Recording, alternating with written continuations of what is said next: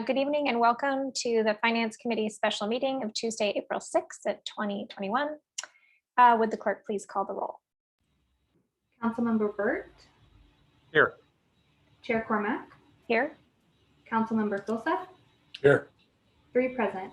Thank you. And now we move to oral communications where any member of the public may speak to the Finance Committee on an item that is within our jurisdiction but not on the agenda this evening. And if the clerk would please assist the members of the public who would like to speak, you'll each have 2 minutes. If any of the members wish to speak during oral communications, please raise your hand in the Zoom app. Chair Cormack, at this time, it looks like we have no public speakers. Thank you so much. Then we'll move to our first action item, which is the approval of the Messias, Ginny, and O'Connell single audit report for the year ended June 30th, 2020. And Mr. O'Rourke, will you be introducing this item? Absolutely. Thank you so much, Chair Cormack, and pleasure to be with you all, distinguished members of the Finance Committee. As you may recall, in January, we presented and you all approved, or at least the City Council approved, a series of financial audit reports. One report was left off that list at the time, and that was the single audit report, which was delayed until today due to a delay in issuance of guidance by the federal OMB. So tonight, Ben Lau from MGO will be presenting the single audit report, and I will be sharing my screen here momentarily. If you can see my screen, Ben, we're ready for you when you are. All right. Hi, everybody. This is Benjamin Lau, and clearly I'm not Cynthia Pon, partner. I'm the director from MGO. I've been working on this engagement for the last couple, no, this is the first year, but the year before I'm the technical reviewer of the engagement. So I'm here to present the single audit report, and this presentation will be relatively short. So for the single audit report, it includes, that's the collectively, the federal compliance report. Can you go to the next slide?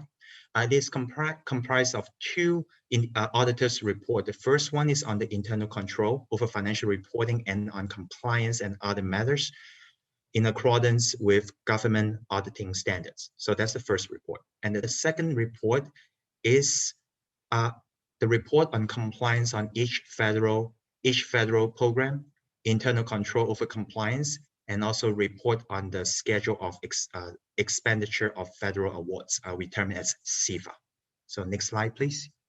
So for this year, the schedule of expenditure of federal awards, the SEFA, for the city, the total expenditure, federal expenditure is $7.6 million for 7 federal programs. Within those 7, we as the auditor perform a risk analysis, and also based on OMB guidance and uniform guidance as well. We have selected 2 major federal programs for selection, and the total dollar amount for those 2 federal programs is $6.1 million, which we obtained the 80% coverage of the total $7.6 million. And the 2 programs that we have selected are CFDA number 20.106, Airport Improvement Program, as well as CFDA number 20.514, which is the Public Transportation Research, Technical Assistance, and the training. Next slide, please. So here's the audit results. So just a recap of the financial statements, we have issued a modified opinion for the city's comprehensive annual financial report. And through that review, we also look at internal control over financial reporting. And I'm here happy to let you know that we have no reported significant deficiencies or material weaknesses over financial reporting. We also have no non-compliance significant to the financial statements. So that's on the financial statement side. And then on the federal award side, we have issued a modified opinion on each of the 2 major federal programs. We have not identified any significant deficiencies or material weaknesses over compliance. We do not have other instance of non-compliance to report. And lastly, your schedule of expenditure of federal award, which is a SEFA, is fairly stated in relation to the basic financial statements. So in summary, for the whole federal compliance audit that we have no findings, and it is a clean audit for this year. So with that, I have concluded my presentation. This is the last piece of our presentation for this year. So with that, I'm available for any questions you might have. Thank you so much, Mr. Lau. I appreciate you being here today. Now we'll go to members of the public who may wish to speak to this. Again, you will have 2 minutes and the clerk can assist you. Any members of the public that wish to speak on agenda item number 1, please raise your hand in the Zoom function. Chair Cormack, at this time, it looks like we have no public speakers. Thank you. All right, and now I'll turn to my colleagues. Let's see. Vice Mayor, are you waving your hand or trying to get to it? No, okay. Councilmember Filseth, do you have anything? All right, neither do I. So then I will look for a motion.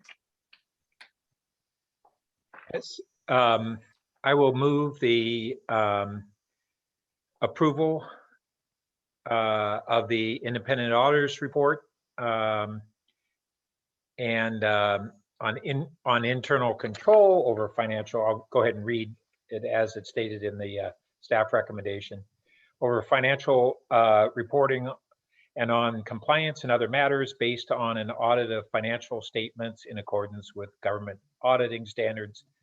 And 2, the independent auditors report on compliance for each major federal program, report on internal control over compliance, and report on the schedule of federal awards required by the uniform guidance. Thank you. Let's see if there's a second. Second. Thank you, Councilmember Filseth. Vice Mayor Burt, would you like to speak to your motion? Just briefly, thank you for both the performance of the audit and the favorable result of it. I think it speaks well of how our department is managing internal controls and the federal funds, and keep up good work. Councilmember Filseth, would you like to speak to your second? Thanks to the independent auditor for this work, and thanks to the finance department for meriting a clean audit. I will add my thanks for what is a very straightforward item this evening to those of my colleagues. All right, if the clerk would please call the roll. I'm sorry, call for the vote. Oh wait, I get to do this, right? It's faster that way. Sorry. I still feel like it's last night. Okay, alphabetically, Vice Mayor Burt. Yes. I will vote yes. And Councilmember Filseth. Yes. All right, that passes on a 3-0 vote. Thank you so much for joining us this evening, Mr. Lau. We appreciate it. Thank you. All right, now we move on to action item number 2, which is the wastewater utility. I'm not going to read the entire item. We'll be here all evening. Would staff like to begin the presentation? Yes, good evening, Chair Cormack, council members. Tonight, utilities will present its wastewater, water, and gas and electric rates. Staff's asking the Finance Committee to recommend this to the City Council to adopt the financial plans for each of these funds that we'll be talking about tonight. So with that, I'm going to turn it over to Lisa Belair that will be giving the presentation for the wastewater. Yes, good evening, council members. My name is Lisa Belair, and I'm a resource planner in the Utilities Department, and I'm just going to share the presentation. Are you able to see the presentation now? Yes, we are. Okay.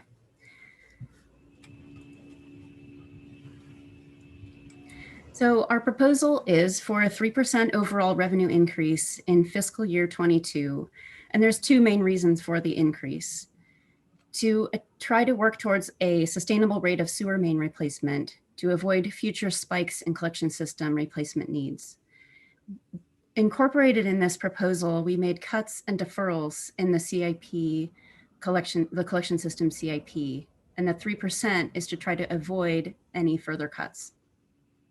Additionally, we need to try to keep up with the treatment plant cost increases. Wastewater treatment costs are expected to increase for Palo Alto 3% in 2022. And if we don't increase the rates, the treatment costs put additional pressure on the collection system CIP.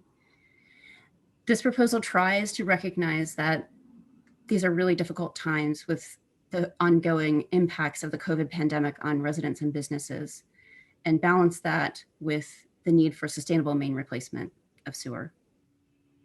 At the same time, we are proposing the results of the cost of service study. We worked together with an outside consultant on this study. They examined all the costs and the collection system treatment costs and categorized them into flow, volume, strength, and customer service related costs. They used an industry standard method, and they presented the following rate changes for each customer class. 4.7% for residential customers, which is equivalent to $1.95 for each residential customer each month. And the commercial increase is 1.5% or 12 cents per CCF of winter use. And for restaurant, there is a small decrease. In the alternate, we are proposing a 0% increase in 22 in order to be responsive to the ongoing impacts of the pandemic. And in order to do that, we would need to reduce spending by an average of $200,000 annually for the next 5 years. This is a view of the operations reserve, and you can see that the red line shows the year-end balances for the reserve, and it dips close to the minimum guideline level in the latter 5 years of the 10-year period.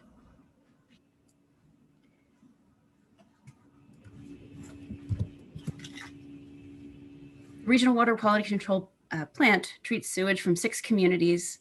Palo Alto pays about a third of the total costs, and the remaining expenses are reimbursed by the other 5 partner agencies. This is a service that the treatment plant provides for Palo Alto residents and businesses 24 hours a day, and much of the equipment has been in use for 40 to 50 years, and replacing certain components is necessary in order for the plant to operate safely and comply with regulatory requirements.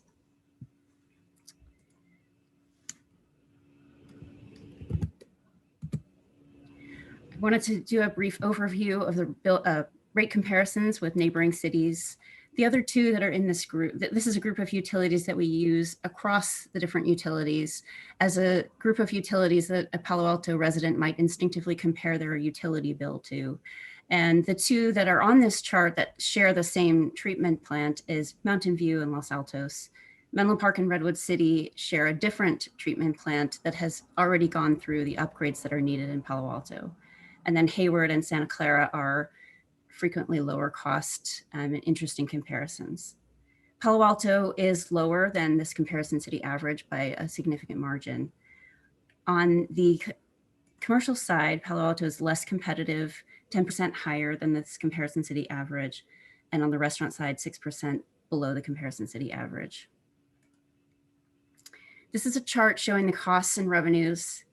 And the costs are in the stacked bars. So you can see the treatment capital and debt in the dark blue, treatment operations in light blue, operations, collection operations costs in green, and then the collection capital in orange. And then in red is the rate increases that are proposed and the rate increases over the past several years. I wanted to draw your attention to the orange bars. They're looking very smooth going forward, and that is because they represent an annual amount going from the operations reserve to the CIP reserve to fund the CIP program for the wastewater utility. This proposed change would begin in 2022, and the amount of the transfer is 4.35 million. And again, that's from the operations reserve to the CIP reserve. We also have a catch-up amount being proposed in 2021 of 2.2 million. And that is in order to make sure the operations reserve and CIP reserve both remain within the guideline ranges throughout the 10-year period.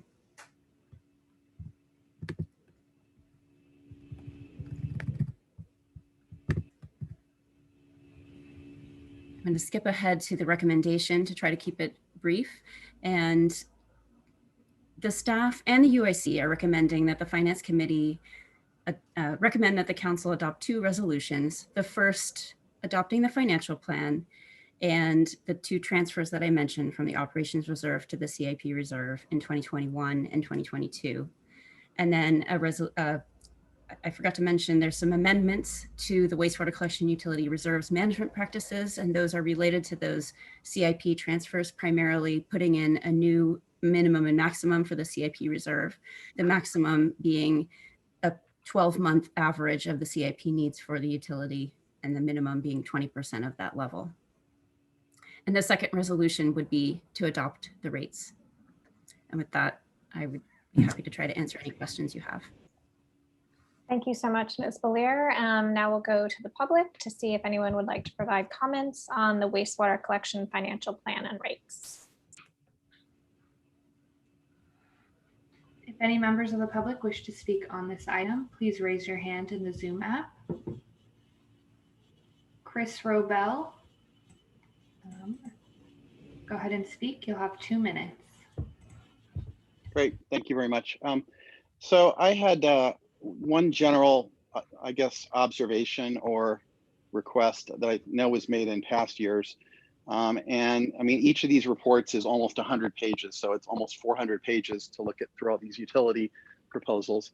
But I don't believe any of them this year or in past years, despite requests, show kind of a trend of what the rate increases have been over time.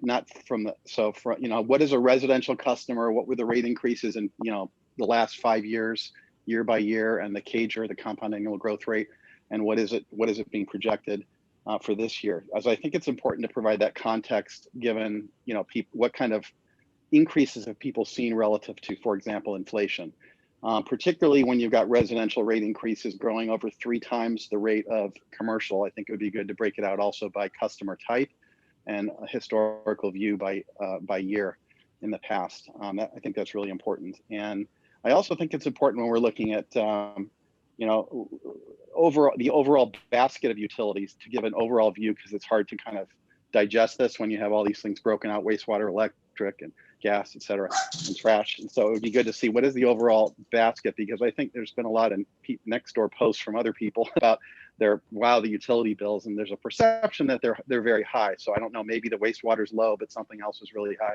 And I think it's good just to see what have the overall utility bills done for residential customers over the past 10 years by year, and similarly with commercial. So just something to think about, and that would certainly be something I would think that the council members would want to see when they're deciding what to do. Thank you. Thank you, Chris. Chair Cormack, that was our final speaker.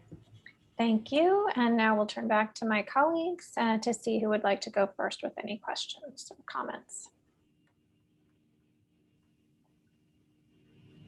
I can go if Eric doesn't want to. Vice Mayor, you hit your unmute button first, so please go ahead. So a couple things. First, we really have somewhat of a misnomer in the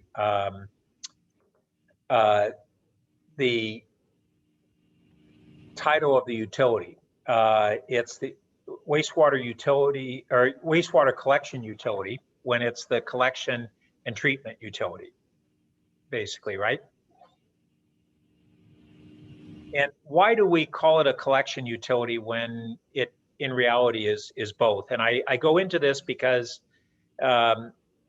this ties into some of what the last speaker raised, is kind of the public understanding of what's going on and has gone on. And if as a starting point, they don't even quite realize that this is most of all about the wastewater treatment plant, and second about the collection system, but both. They even start from kind of that misunderstanding of what we're dealing with. So I don't want to dwell on that too much, but is there any good answer why we don't call it collection and treatment? I can ask Director Batchelor to provide a perspective on that. I think this is actually an issue that has been around, unfortunately, for a while, and that's not a good reason for it, but maybe we can just provide some clarity to it. Yeah,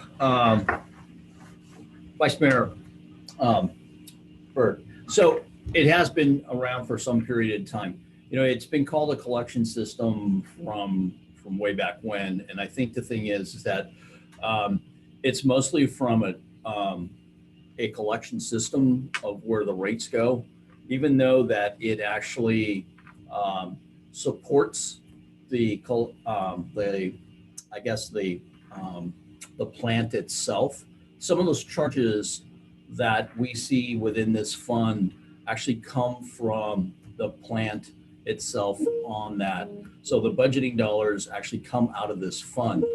I guess we could, in the future, we could be a little bit more clear that this is actually coming directly just from wastewater, and that it is not really doesn't really tie to the plant itself, other than what is being charged from the plant to us. So I actually think, and thank you, Director Batchelor, appreciate that.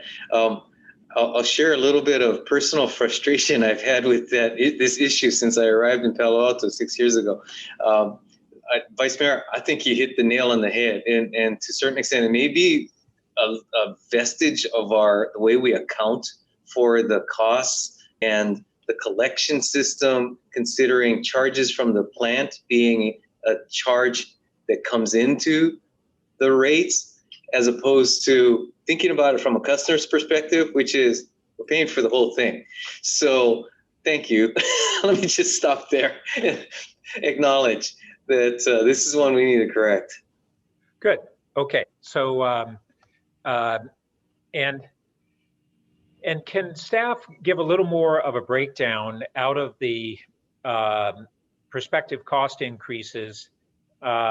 First, there are references to increases in the operation of the plant, and capital investments, and the collection system, and how that breaks down, and what are really the drivers.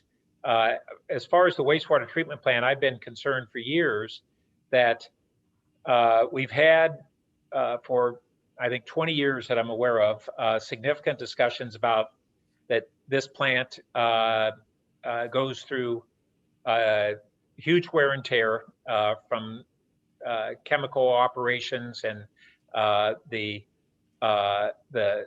longevity of the equipment is in many cases past its initial projected life, and that we have these big investments that we're moving forward on, and we've actually proceeded on them more slowly than was projected 10 and 20 years ago. And that the rates we've been charging have actually not been funding the upcoming needs, perhaps to an adequate degree. We've made some changes in recent years for that, but we aren't really telling that story in a way that is clear to not only the public, but I think in many cases to the council itself. And I think we need to present these rate changes in the context of that bigger picture of what's going on and how it affects recent and future rate increases. So great, thank you on this. And can you just give a kind of a summary of what are the drivers that are really mostly affecting this? Certain things are just inflationary costs of labor and other operational costs, and then other more specific drivers, I think. So if staff could speak to that for a moment. Yes, I want to return to this chart, and then I have another slide specifically on treatment costs, if that would be helpful. But if you look at the dark blue bars in the upcoming years, you can see some very large increases. There's about a 12% increase in the, in the total blue bars, there's about a 12% increase in the total of the treatment costs in 24, and another 18% increase in the treatment costs in 2026. So those are some of the significant increases that are driving the overall need for rate increases over this 5-year period. And then the utility is relative. So would you like me to show the more detail slide of those treatment costs, or talk more generally about your question about the replacement rates and funding? Actually, both. Okay, so I'm going to skip ahead a few slides to show you the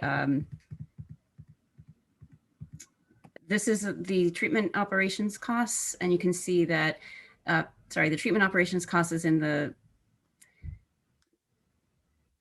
shaded blue at the top, and it's increasing at 2.8% per year during the proposed time period. And then the debt service cost is what's really increasing really significantly over this time period. And then I wanted to just add to your question about the replacement rate. I took a look into it, and we had been replacing at a rate of about 2.6 miles per year since 1990, which is a sustainable rate of main replacement. And it would allow the system to be turned over within an 80 to 100 year timeframe. And this was until about 5 years ago. And 5 years ago, there were significant increases in construction costs and staffing constraints. So over the last 5 years, we've fallen behind in terms of the size of each of the main replacements for the sewer utility. So it's a question of trying to catch up on that sustainable rate of main replacement going forward and balancing that with the need for low rate increases.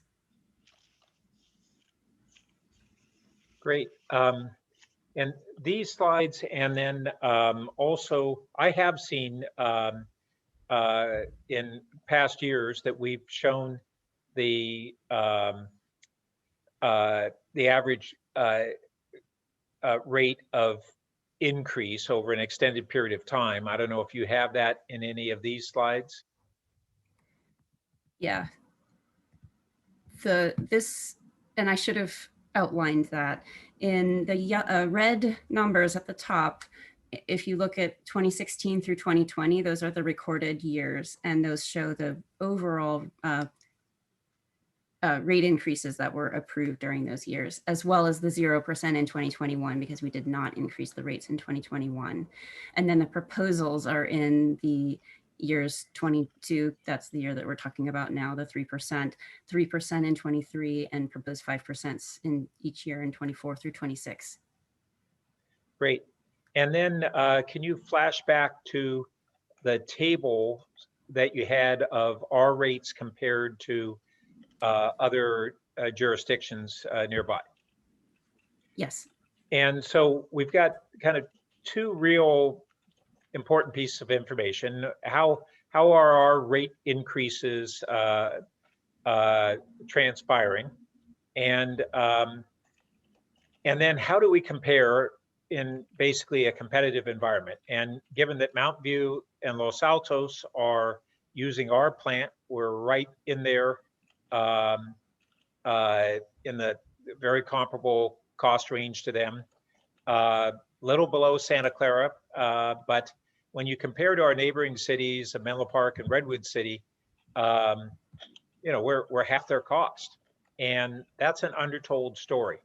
And it speaks well to the service that we're providing, but I doubt that more than a fraction of a percent of our community understands that. And I, from comments from at least one council member in recent years, I'm not sure that the council as a whole understands it. And I think this is really important, and it applies to really all of our utilities. So I'll make the point here so I don't have to repeat it in each of the subsequent items.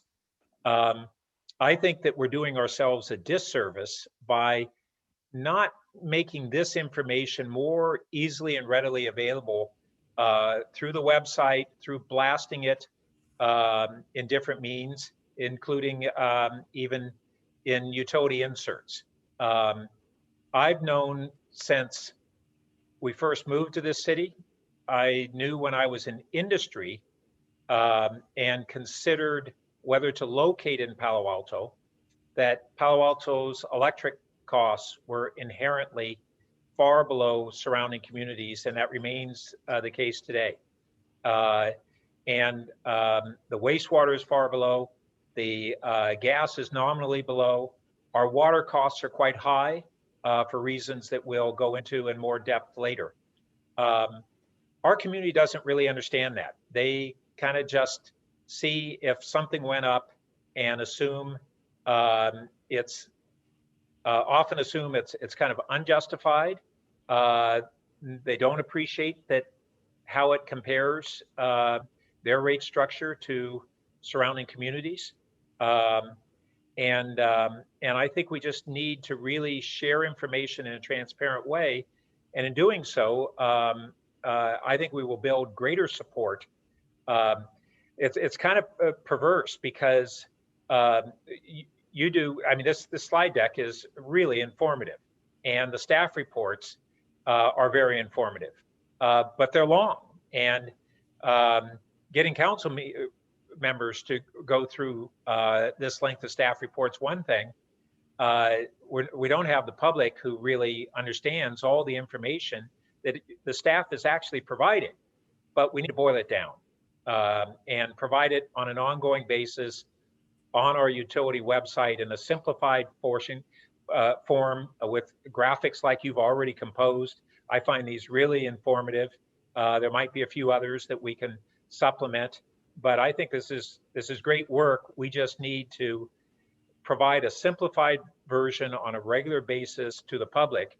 And it not only counters misperceptions, it actually will, I think, help build what's been my long-term appreciation, which is that we benefit from exceptionally low utility rates in general. And there are exceptions to that. And water from Hetch Hetchy is one of them. Although I off subject, but I remark to people that we water our lawns with Crystal Geyser quality water. And that's what we get. So anyway, those are points that I wanted to make. And I think that across the board on tonight, I've kind of made the case, like I said, so I don't have to repeat it on every utility, but I think it's something that we should really take on wholeheartedly, and it'll have benefits all the way around. Thank you, Vice Mayor. Keep in mind that the public does have us to go through all of it, so they can rely on us to do that. Councilmember Filsath. Thanks. Yeah. Would you mind go back to slide 12 there for a minute? Yeah, I kind of wanted to zero in on the same piece that you were asking about, which is that blue bar treatment capital and debt, which seems to accelerate in the out years. And thank you for showing the other slide that shows that a lot of it's increase in capital, or I think it's in capital. Why is that? I mean, you said a lot of it was mains replacement, but isn't mains part of collection?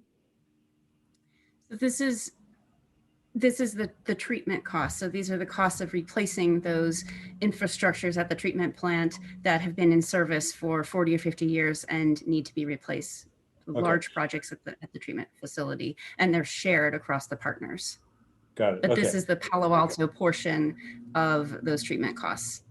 Right. Okay. So then my real question is, given that this appears to be a big jump in 25 and 26, right? Presumably because of large capital replacements, what's it look like in 27, 28, and 29?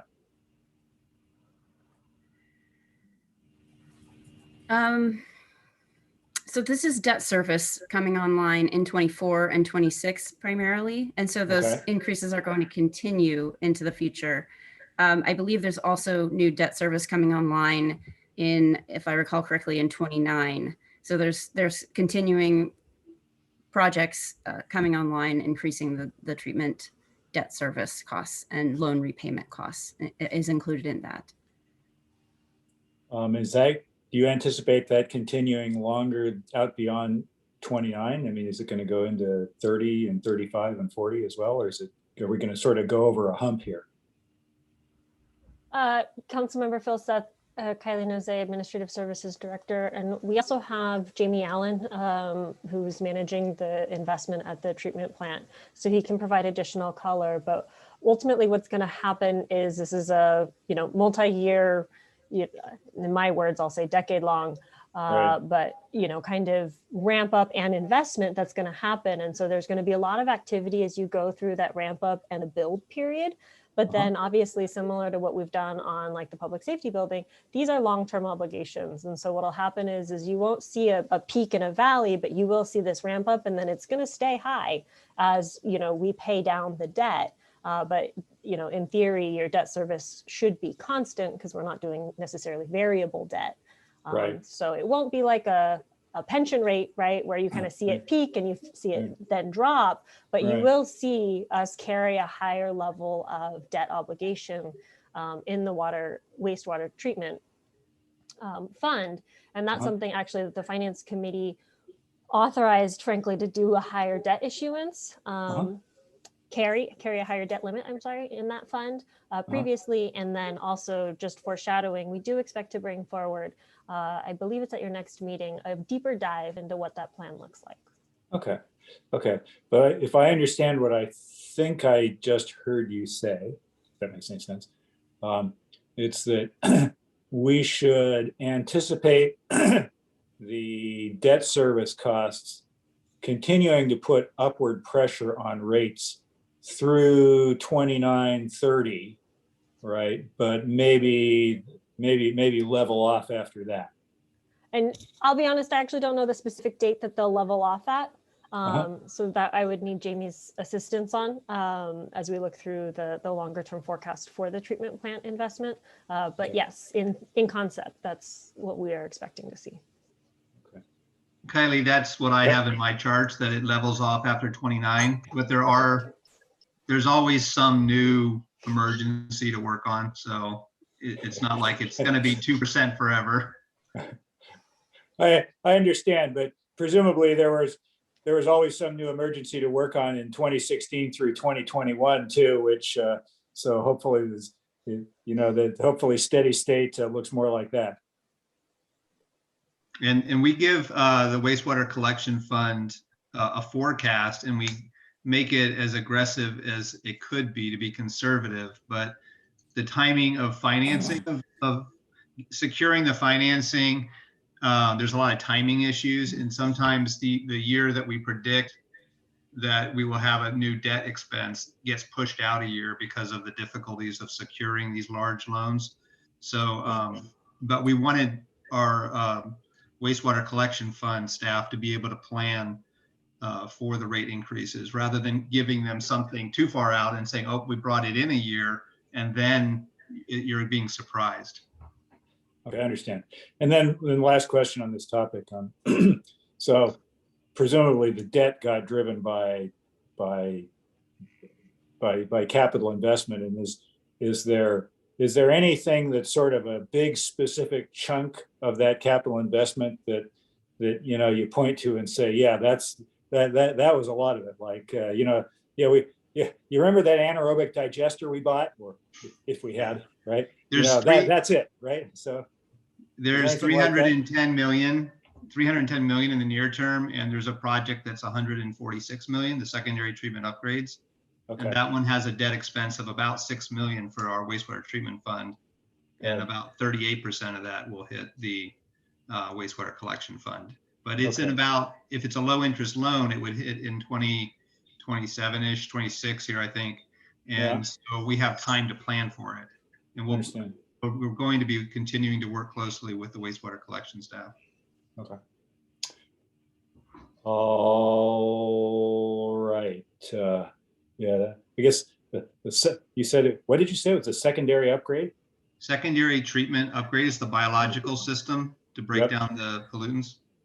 Okay. I guess that makes it slightly more mentally concrete and comprehensible. Slightly. Thanks. Councilmember Philseth might need another tour, Mr. Allen, and then he can remember which section that is. I should have asked for that. See a lot of bubbles. Yeah. Thanks to staff and to my colleagues. I just want to connect the dots between two things that my colleagues said. Thank you, Ms. Valier, for being here on slide 12, where we see that dark blue going up. If you could just go back to slide 10. I have a slightly different interpretation from this than the vice mayor. He's thinking that looks great. And my question is, when we spend all of this money that we need to upgrade our treatment, how close will we be to the Menlo Park and Redwood City rates? So less a question of the rates in the next 5 or 10 years, but does staff anticipate we will eventually be closer to those neighbors having invested in our treatment plant?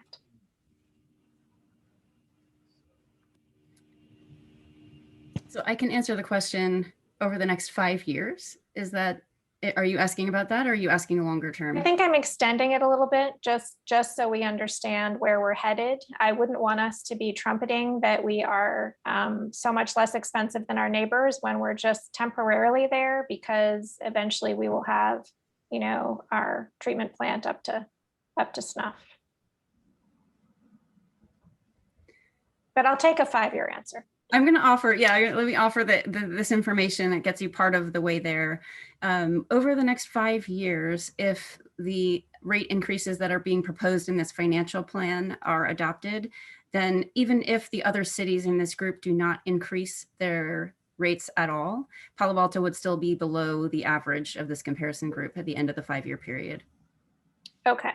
I think it's just something for the utility department to think about going forward, about this balancing of what our philosophy is and what our comparisons are, and also what's required, what will be required once we have completed the investment. So, but that's helpful. Next question is about the reference on page 40 to COVID. Looks like it'll be almost $1 million hit in terms of what I guess we'll call our uncollectibles. Is that right? Delinquencies. So this will be something that I think will be interesting for the remainder of the evening to just touch on. I think it's a line of inquiry everyone will have, and people have been making various assertions and assumptions. So does staff want to provide any color on the 400K in this year and the almost $1 million in next year? And I'll just flesh that out a little bit, like, you know, is it because restaurants, you know, are unable to pay their bills? Do we see? So just be interested in any additional information you can provide. Yes, the commercial class in the wastewater utility pays, it's not, you said uncollectibles, it's not uncollectibles. The commercial class in the wastewater utility pays for their service based upon winter average usage. So this is an estimate of the reduction in winter average usage and the associated revenue reduction due to COVID on a temporary basis. And I was actually just looking at it today to try to figure out if our assumptions were. Okay, so it's the revenue losses. I focused on the delinquency part. Okay, got it.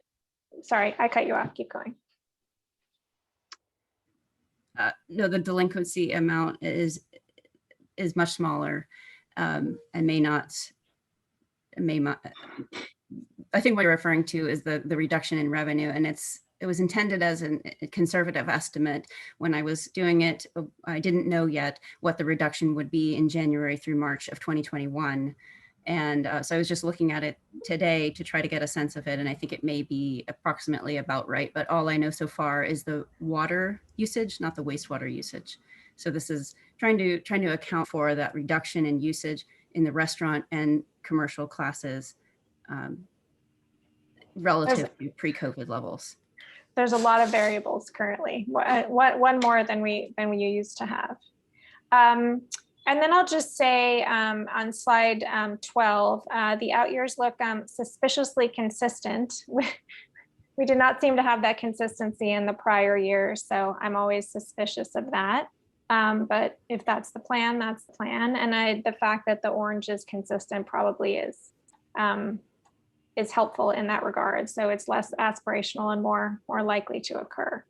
And then we haven't yet touched on the cost of service study. I'll just say I reviewed it and it looked straightforward, certainly understandable that one outcome of us reducing our water usage is increasing the concentrations that the wastewater treatment plan has to work with. And then also I just, draw my colleagues' attention and any members of the public to the change in the residential versus commercial, because we get these questions all the time. So does staff want to have any comments you want to share on the cost of service study that'd be helpful? Sure. Yes, you're exactly right that over the last 10 years or so since the last cost of service study, there was a reduction in usage due to conservation primarily. And there's been a larger reduction relative to the assumptions in the last study. There's been a larger reduction in the commercial side, or I should say non-residential side, because 10 years ago, there were quite a few industrial customers. And so those customers are no longer considered industrial, or they've left the system. And so that change in the industrial customers over time is one reason, in addition to conservation, that affects the usage on the non-residential side. So that reduction in flow, the differential between residential and commercial, is one of the key reasons for the higher than 3% increase on the residential side and the less than 3% on the commercial side. Thanks for that. It's one of the many nuances that are captured when you have a 100-page report. So appreciate that. All right. With that, since we have a number of other ones to get through, I will look to my colleagues to see if someone would like to make a motion. Well, I'll be glad to, but I had a couple follow-up questions. Certainly. Okay. First, I think it's important to clarify that the comparatively low rates that we have versus jurisdictions that aren't part of our treatment system, hasn't been temporary. That's been for decades. Whether the degree to which it will continue is an important question. But when we look at the expense increase driver, it's that dark blue bar. And that represents, as big of an increase as it is, it represents just a moderate portion of the total cost. And so our increases that are projected here and continuing through 2030 or so would not come close to eliminating the cost advantage that we have. All the agencies are going to have modest increases in the other operational costs. Jamie, maybe were you looking to shed some light on that? I don't want to take too much time. I just wanted to add that all the neighboring plants continue to have very large capital programs, even for cities smaller than ours, from 450 million up to 1,400 million for San Jose, Sunnyvale, Redwood City, and San Mateo. So their rates aren't going to flatten out. They have bigger capital programs than we do. Okay, so even if they didn't have those huge capital programs, we would retain the vast majority of our advantage from what Jamie just said. Sounds to me like we may retain something, a very similar advantage throughout the period, despite the huge capital investment we're going to have to do. But I do think that just like when we were participants in the Hetch Hetchy upgrade, which was an enormous once-in-a-century cost, we have this is kind of a period of a decade or so of once a half century significant investment. And we want to tell that story to our ratepayers so that they understand what's going on and why, and in the context of how competitive our rates are and will remain. And I think that's really important to share with them. And as much as we as council members are a vehicle in some regards in that communication, the bulk of the communication really needs to come directly to our customers, residential and commercial. And Lisa, can you go over one more time why the diminishment in commercial volume is driving a lower increase for them? Intuitively, I would assume that it means that on certainly collection, their spread of the fixed cost would be be a higher cost per unit volume rather than a lower one. So explain that to me. I'm not quite getting it. So for the collection system costs, the cost of service study primarily allocates the collection system cost by flow. So it looks at the flow for each customer class and allocates out the cost for collection, 97% actually to flow.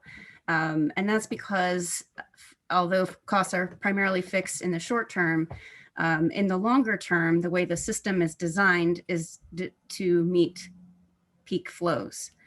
And so flow is the primary item that's used to allocate collection system costs. On the treatment cost side, those are split 34% to flow and 66% to strength, because the energy and chemicals needed to treat the wastewater are important in determining the treatment costs. So that's an overview of how the cost of service views the allocation of costs. And so when you have a reduction in flow that differs across customer classes, that allocation changed and pushed a little bit more costs to residential compared with non-residential. Did that answer the question? No, but maybe I'd like to follow up on it later. So just by way of reference, I used to be an industrial generator and treater and recycler of water. So I had a lot of involvement with what was then the South Bay System Authority.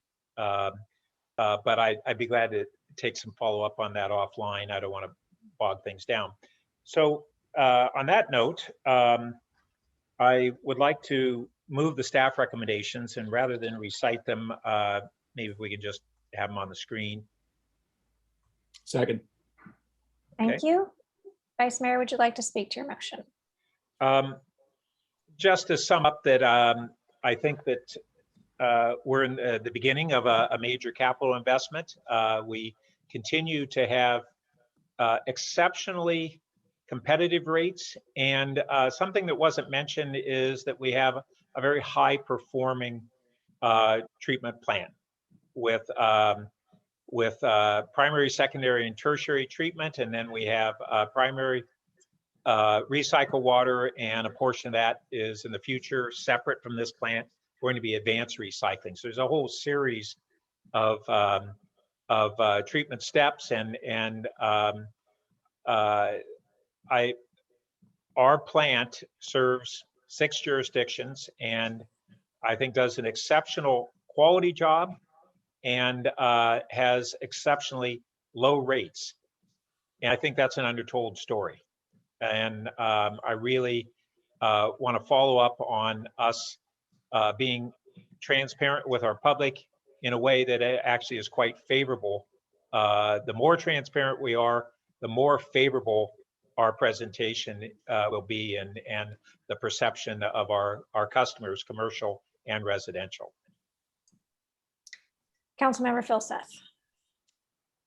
Hope it doesn't cost too much to protect it from sea level rise. Oh, now you have me worried. All right, I don't have any additional comments, so we will go ahead and move to voting. Vice Mayor Burt. Yes. I vote yes, and Councilmember Filsath. Yep. And that passes 3-0. Ms. Valier, thank you so much. I presume you'll be remaining with us, but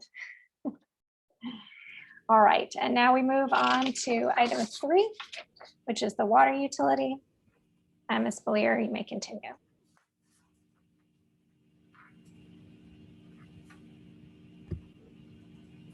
Thank you. So for water, I'm going to make this really brief, and then we can just focus on the areas you have questions. But for water, we're not proposing a rate increase in 2022. The year-end operations reserve was at the maximum guideline level, with additional funds above the maximum that are considered unassigned. This preliminary forecast, though, would bring the reserve to approximately target levels by year-end 2023.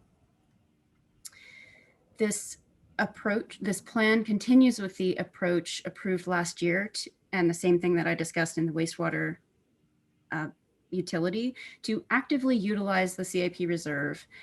This will help to stabilize rates and the availability of funds for CIP. The annual amount that we're requesting for fiscal year 22 is $8 million, and the additional part of the request is $5 million for necessary reservoir replacement work or rehabilitation work. And we are proposing 5% increases in the subsequent years. This is in large part because there's a series of wholesale cost increases anticipated annually beginning in 2023. I am going to jump ahead and show you the residential bill comparison for water.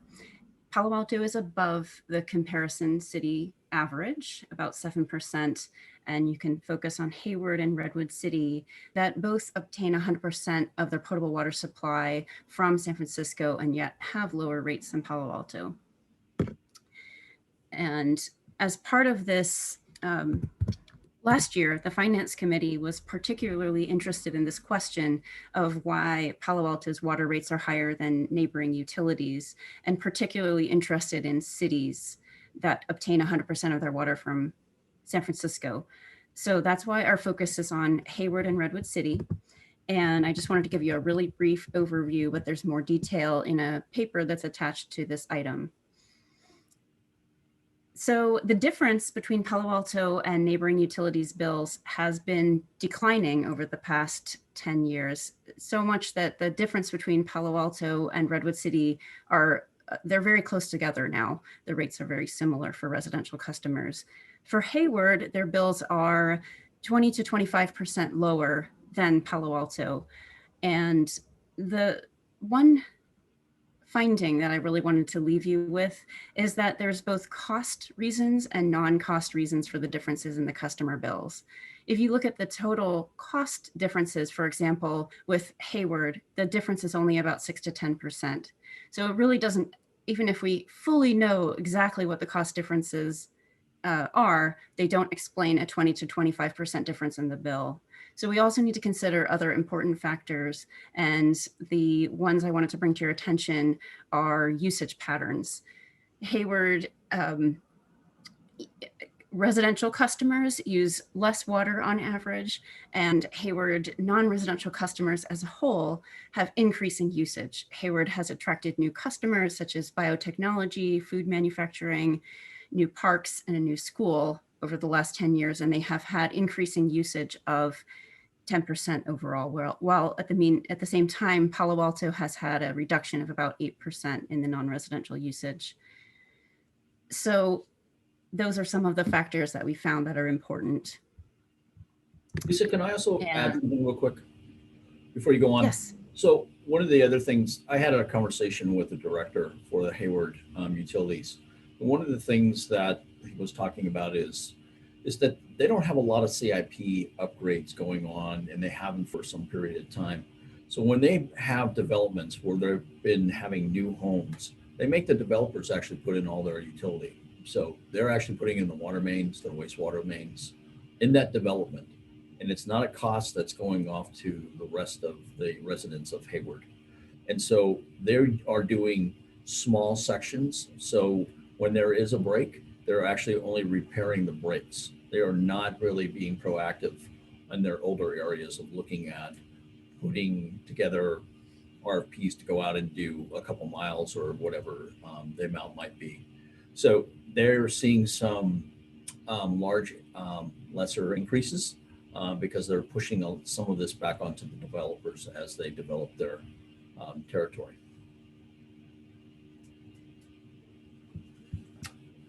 Thanks, Lisa. Thank you. And that's helpful. And I wanted to just make the recommendation, which is that the staff and UAC recommend that the Finance Committee recommend the council adopt a resolution approving the financial plan, as well as a transfer of 13 million from the operations reserve to the CIP reserve. And that has two components. As I mentioned, it's the 8 million to fund the CIP budget, as well as the 5 million to fund the one-time reservoir replacement or rehabilitation work in 2022. And with that, I would like to try to answer any of your questions. Thank you, Ms. Valier. We'll go to members of the public who would like to speak on the water financial plan and rates. If there are any members of the public that would like to speak on item number 3, please raise your hand in the Zoom application.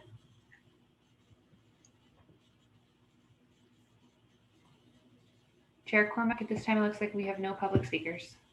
Thank you. All right, I'll turn to my colleagues. Councilmember Filseth. Yeah, thanks very much. Yeah, two questions. Well, I really want to make sure that I understand what Dean just said, which is, did I understand you to say that in Hayward, the impact fees on new development cover more of the capital costs than Palo Alto's impact fees do? That is correct. Yes.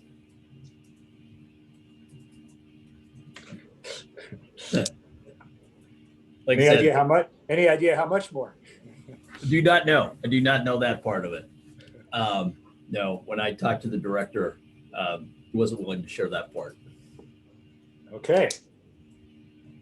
And then the second question is more of an extrapolation from what you just said, but on the issue of, again, this comparison with Hayward, with the sort of the expansion of the commercial side, are what you saying is that there are scale economies in capital infrastructure for water distribution that Hayward can take advantage of because they have commercial customers that we can't?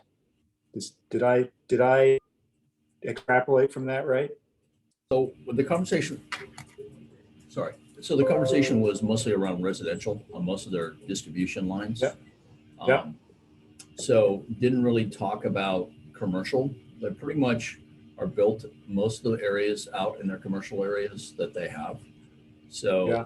But it doesn't mean though that a development that's close to that commercial area is actually getting upgraded at that period of time because they're making their connections together. Right. Okay. So let's say I have a residential district in Hayward, and somebody puts up an office park next to it. How does that relieve rate pressure on residential customers in Hayward and in the residential section? I guess I would answer that by stating that once that commercial area is actually being built, like I said, they are replacing and upgrading or adding brand new water line sewer pipe. That's what they're doing. And they are getting out onto the street areas of where these new commercial would be built. And so the shorter distance for the developer for those new commercials are going to be much, much shorter going into the collection system because it's already been upgraded. Right. Okay. And so then the nearby residential customers benefit from that. Yes. That's interesting. So it's really sort of connected to the first one, which is the impact fees and the capital costs.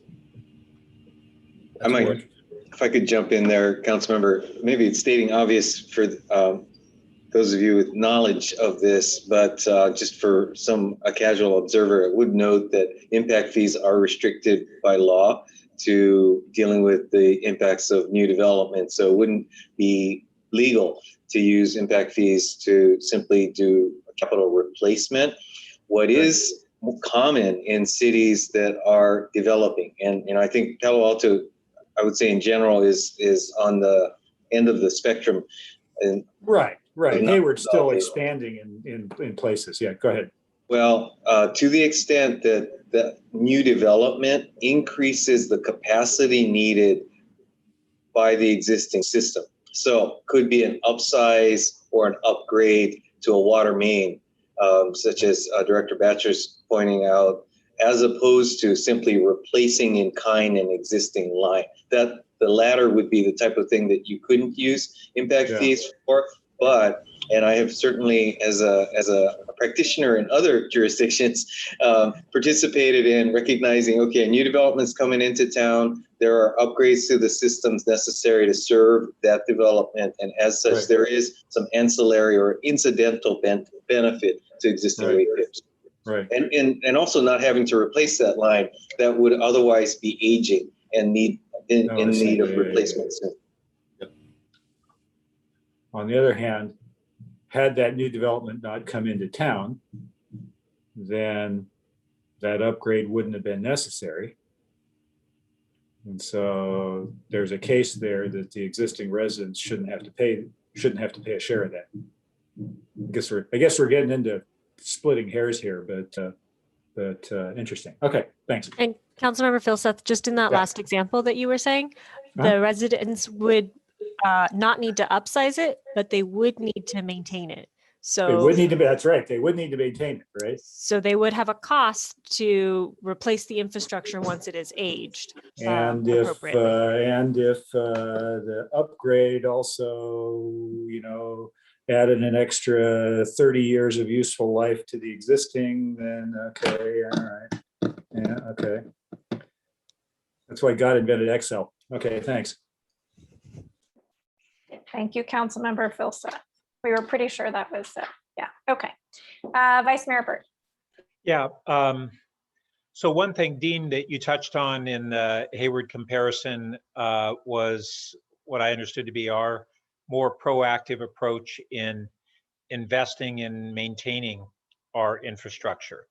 And that's something that we've tended to do, I know, in the gas utility and in other areas.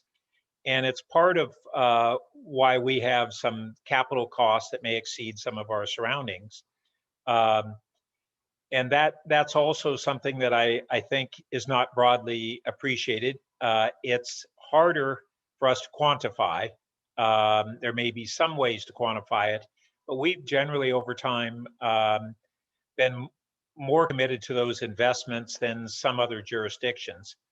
And it's something that I think we also need to be explaining to our customers, residential and commercial, across all the utilities where that's applicable.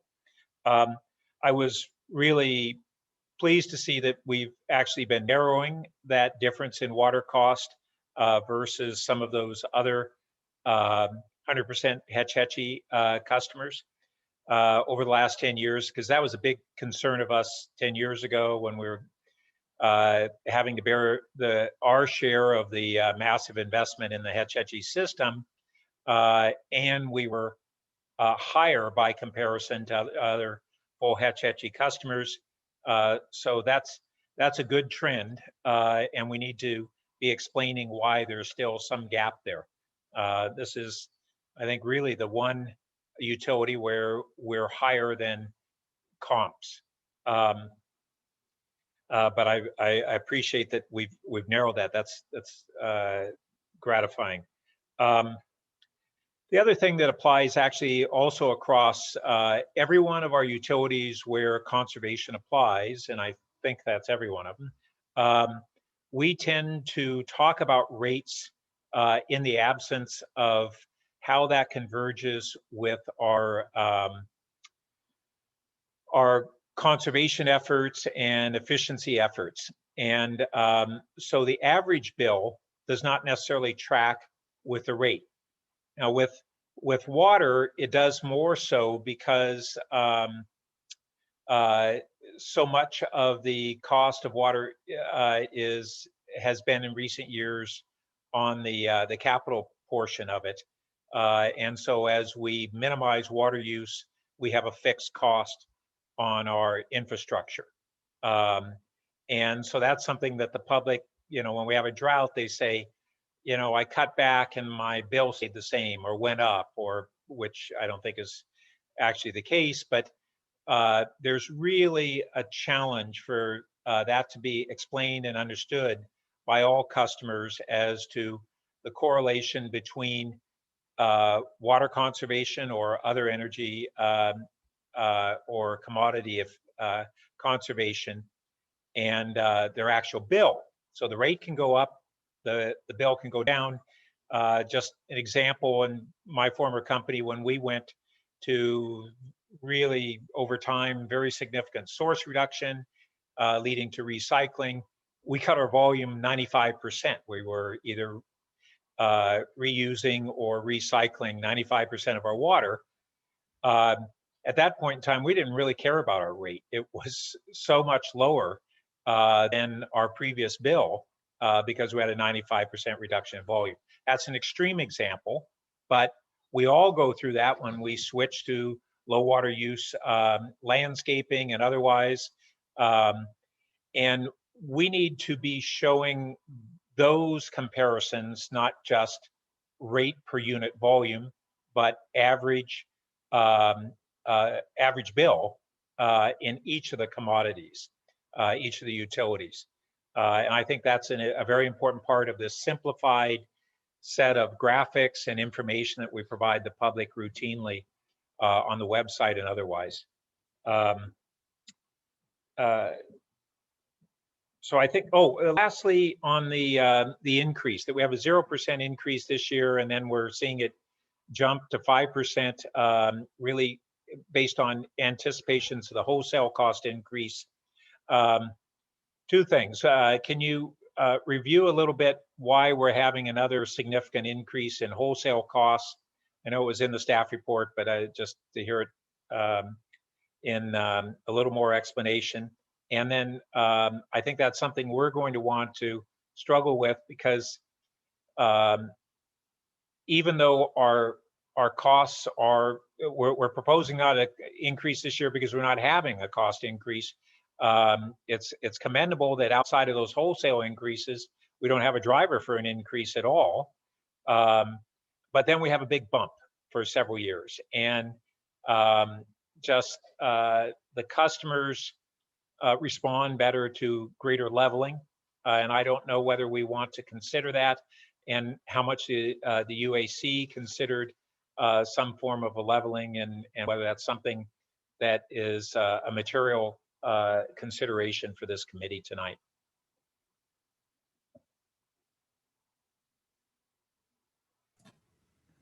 Yes, I can try to address your question on the primary reasons for the SFPUC rate increases. It is actually still, for the next 5 years, it's the WISIP project that you referenced earlier, the $4.8 billion project to upgrade the infrastructure in the Hetch Hetchy system. The SFPUC plans to issue $200 million in WISIP related bonds, and although they've issued a lot of bonds and done a lot of work for WISIP, they capitalize interest for 30 months and also use interim financing. And so those mechanisms lead to a delay in when the project is finished and when wholesale customers like Palo Alto pay for those increases. So there's a 3 to 4 year delay. And the other thing to note is that there is a wholesale customer balancing account that has quite a lot of funds in it right now, and that's been used to hold down the wholesale rate increases. And and San Francisco knows that the wholesale customers want gradual rate increases, so they're trying to keep on refining their increases. And actually, they did have some revised estimates after this financial plan was finalized that are a little bit lower than expected in 2023. So I'm hopeful that as we reevaluate over the next few months and come back with the 2023 financial plan, that we would be able to bring down that 5% to a lower number. And then you had a question about the UAC and if they had considered leveling. I don't really recall that being discussed exactly, but I do remember it being discussed last year. And I think that some of the members agreed, or they all agreed, to not do a leveling approach at that time because of the large reserve balances in the fund. There's $7 million above in an operations reserve that's considered unassigned above the maximum level. Thank you. And that financing on the WISIP, okay, that really helps me understand what's going on there. Do you happen to know off the top of your head whether those projections were based on what were higher interest rate projections a year or two ago, or have they already been updated to reflect what's happened in interest rates? You mean the projections that they came out with earlier this Yeah. year that I was referencing? Yeah, well, the latest, So- the projections we're using now, we've seen that government borrowing costs have dropped drastically. And do those anticipated wholesale cost increase reflect that drop in borrowing costs? I don't think I know the answer to that question, and I'm going to have to check that. Okay. I'd be happy to try Great. to find that out for you if you'd like. All right, so I guess with that explanation, I'm inclined to go ahead and not have any adjustment to that increase considered, but I think we need to get out there to the public why we're going to have those increases, that they're not based upon cost increases from essentially within the city, but the wholesale costs have that remnant, and explain it to them in that simple way that you did. I think that's very informative, and let's get that info out there. Thanks. All right, thank you, Vice Mayor Burt. So I've spent a fair amount of time on this one. I don't have many questions. I just think it's important. You mentioned the reservoir, Ms. Follier, and $5 million going into the reserve. We just perhaps remind people how many reservoirs we have and what their intended purpose is. So this is for 3 reservoirs that need seismic upgrades, and one is going on right now and being replaced, and 2 that are either going to be replaced or rehabilitated over the next several years. And those reservoirs provide? They provide storage and help with operations of the system. And am I right that there's like a 24-hour available supply? That's what I'm trying to remember. I know there's some sort of disaster recovery component of the reservoirs as well. Is that right? That is correct, Chair Cormack. There's actually 9 reservoirs. There's 5 up in the hills. And as Lisa was mentioning, 3 of the 5 are the ones that are actually getting rebuilt.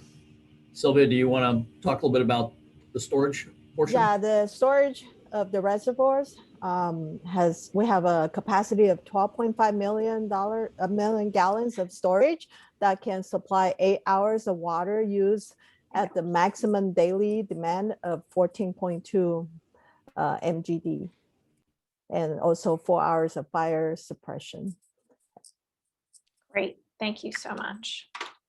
And then it is, I do think that the details of the attachment that Ms. Follier has gone over with the Utilities Advisory Commission already, comparing the water rates and going through, I think when the UAC did it, it's sort of like a 3-step process to understand the different drivers there.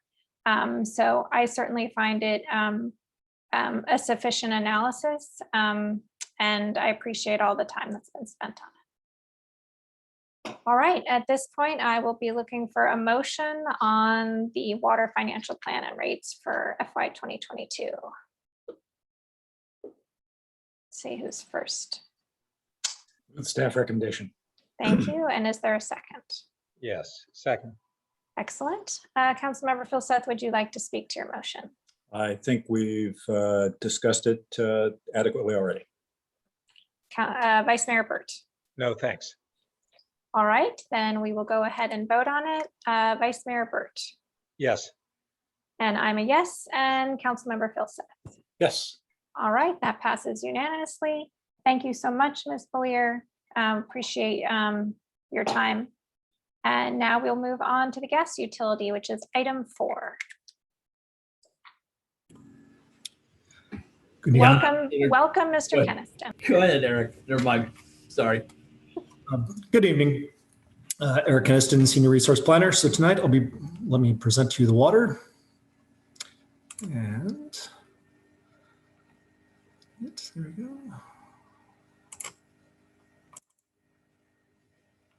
Let's see. Are we in full share? Yes. Almost. Almost. Can you see it? Now we see it. Now I see it. Wonderful. So tonight I'm bringing to the gas utility financial projections for 2022, and let me just launch right in. Today's proposal is for a 3% increase to overall for FY22 with no cost reductions. I'll speak a little bit more on this in a second. We also, for you, have an alternative rate proposal of 2%. In order to do the 2%, we would need to have a $750,000 reduction, most likely in capital costs between the years 2023 and 2025. This proposal that we're bringing to you tonight assumes a few things about say a 6 to 8% reduction in sales from, and this seems to be holding in what we've seen in gas sales through the wintertime. So we're happy that our projections were matching up with our scenarios. We also did another analysis where we estimated what it would be if we had a 10% decline in sales, and that would result in us needing about another $1 million in expense reductions. But as I said, at this point in time, coming into starting to hit the spring and summer heating season, I don't think we're going to quite hit the 10% reduction scenario. This proposal that we're bringing to you tonight also assumes 5% increases for the remaining years, 23 to 25. In order to do this tonight, we do have a slight reduction in gas main replacement project 24. We reduced it by $2 million actually last year, and that was to hold rate increases down. So there are no other cost decreases that we have in this particular proposal for you tonight. Now, as to the 3% rate increase, this is something that came up in the UAC presentation last time, and let me just highlight. We have here in our cost pie, you can see two things. The green pies describe our overall distribution costs, but the blue is about, say it's about 40% of our overall cost. That is our gas supply. All of those, the little asterisk, they are all market pass-through. As such, we have assumptions that we have baked in that we assume how much these costs will go up, but we do not know for a fact what will happen to them until actually the month of, in the case of, say, gas commodity supply, we find out on the first business day what those will be. So when we talk about rate projections, when we say 3%, what we are talking about is an overall 3% rate projection, assuming that there is no change to these blue commodity portions. If we were to assume, based upon our projections, what we have currently running in our portfolio, it would be, we're estimating that it could be about 1%, 1.2% more on top. So if that happened, gas rate increases would actually be about 4%. But gas rates can also come down from where they're at today. So it could be something less than 3.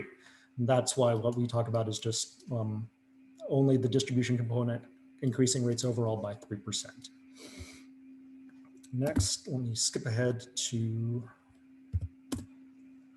like I said, gas supply drivers, gas volatility and supply is the big one. Transmission rates continue to go up. Again, those are passed through us directly by PG&E.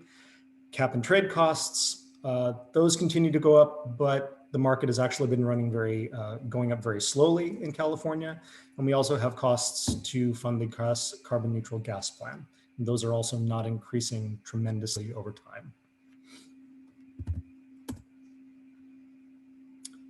So here, if you're familiar with this particular chart, what we're showing you is that we have planned a 3% rate increase in FY 2022, 3 years of 5%, and then leveling off. One of the things that's, I think, most notable between gas and what you've seen in the water and wastewater is a little bit more of the lumpiness in the orange bar. And that reflects that we are, in this fund, we do not have a gas CIP reserve. Instead, what we're doing is showing you the annual variations in gas main replacements. So here we have a project planned in FY 21, another one in 23, another one in 25. So that makes your cost profile a little more lumpy. But overall, the average rate of increase over time is about, say, 2 to 3%.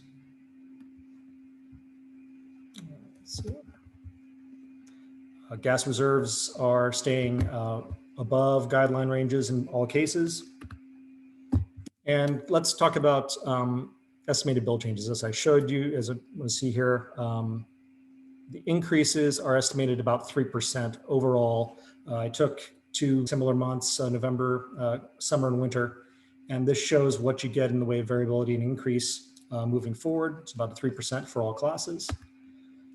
When it comes to bill comparisons, as I mentioned earlier, our residential rates compare quite favorably. In the wintertime, we have a little bit less favorability in the summertime, but that's because we have a monthly fixed charge, whereas PG&E does not. So that'll change the dynamics a little bit. Lower end users, smaller users will end up seeing a higher charge relative to their counterparts in PG&E territory. For the commercial side, most rate classes, most users levels have a decrease. Large users have about a 15% increase or about 15% higher in PG&E territory. Getting back, talking about the alternative, visually the alternative scenario of 2% in 2023 doesn't look terribly much different from what you saw in the previous bar chart. However, I'll highlight that in order to get to this particular scenario, it would require us to have cost cuts of about $750,000. We need to do that in, say, part of that in 2023 and part of that in 2025 to keep our reserves above the minimum guideline levels. And with that, that is sort of the whole focus of our report. And with that, I'll send it over. Here's our recommendation to approve the financial gas plan. We also have in here 2 reserve transfers to keep operations reserve healthy, remove everything from the remaining rate stabilization reserve, which we've had planned for years now, and to try and start putting some money towards, or use money from, or push money from the rate stabilization reserve to the cap and trade program reserve to start, well, one, that is money that has been gained from the program over time. It's been sitting in the rate stabilization reserve. This year, we want to just clean up the accounting and set it aside in its own known reserve bucket for us to keep better track of. And with that, that's my presentation, and I look forward to any questions you may have. Thank you, Mr. Keniston. And now we'll go to members of the public who would like to provide comments on the FY 2022 gas financial plan and rates. If there are any members of the public that wish to speak on agenda item number 4, please raise your hand in the Zoom application. Chair Cormack, it looks like we have no public speakers. Thank you so much. And now I'll return to my colleagues for questions and comments. Vice Mayor Burt. All right. Eric, you mentioned it's in the report, the 6 to 8% revenue decline. Can you briefly speak about the drivers for that? So most of that has been due to decreases in commercial usage that we've seen in the last year. I think one of the really interesting, if there could be a bright spot, it gave us a little bit more market intelligence as to how gas usage is utilized here in Palo Alto. So initially, we didn't think that we would see, last year, we didn't initially think that we would see much of an impact on gas until the winter heating season when we know that there is more commercial usage. But we started seeing it actually in the springtime as well, and realizing how much is done for even chillers and cooling scenarios. So last year, we thought maybe we might only get like a 3 to 4% drop. We rapidly revised that down to something closer to about, actually closer to 7. But then we also came up with a slightly more drastic view of about 10% drop. We modeled both scenarios, watched usage very closely, and luckily it's ended up, towards our lower end scenario. But yes, most of the usage drop that we've seen has been in the commercial sector. There was about an equivalent drop in the residential sector until the winter heating season kicked off, and then that drove things up there. But now we're starting to see things converge back to what we were seeing closer to earlier in the year. And what's been our annual rate of decline outside of the anomaly of the current situation? We get about I think it's about a 1% decrease, a little bit about that, sometimes a little bit less, in the 0.5% to 1% on an annual basis. So although over a 20-year period, that ends up being very significant. And okay, and then one of the things that you had the summer and winter comparisons versus PG&E, but I didn't see anything that merged those two or gave an annualized comparison. Do you have that? Because I think that's what, I mean, both things are valuable, but ultimately people are going to want to say, well, how's my bill if I have the same usage compared to if I was in PG&E? Yeah, so I don't have that graphically. I can tell you that for for the last fiscal year, FY20, residential customers ended up being about 10% below PG&E. That's what I recall from seeing last year's report. And that's a significant change from, say, 10 years ago, when we went through and we were doing leveling purchases, and we moved away from that. And I don't know how much of that reversal between we were actually higher than PG&E, as I recall at the time, and now we're lower. And once again, if you were to survey the council or the community, I don't think that story's known. And that's pretty significant, because 10 years ago, water and gas were higher, electricity and wastewater treatment were significantly lower. Now we've got 3 of the 4 that are significantly lower. And we still have perceptions on the council and in the public that essentially the opposite is true. And so I really want to encourage us to get this out in simple information, including when it goes to the council, so that it's really understood how we compare. And it's actually quite favorable. So I think that covers all my questions and comments, and thanks for the update. Councilmember Filsath? I actually asked all mine in the UAC meeting when we saw this before. How efficient. Well done. All right, then I'll just say that compliments to Mr. Keniston and the rest of the staff for iterating onto a forecast. I don't think very much of that was luck. I think a lot of that was hard work on your part. So well done on that. I am supportive of moving the cap and trade funds into their own reserve. That I think just makes for straightforward accounting, a better understanding for us and everyone else. I had the same instinct as the vice mayor on slide 13. I was busily adding together for the small customer, and if you just ratioed it, I think they're still better off, even though in the summer it's a slightly higher expense. All right, with that, I will look to my colleagues for a motion. I'll move the staff recommendation. Thank you. Councilmember Filsath, would you care to second? Thank you so much. All right, and that's up. And we will, did you want to speak to your motion? No, thank you. No. All right, moving along, we will go ahead and vote in alphabetical order. Vice Mayor Burt. Yes. I am a yes, and Councilmember Filsath. Yes. All right, thank you, Mr. Keniston, for that. Item 4, will you be remaining with us for item 5? Wonderful. The floor is again yours. Let me share the electric.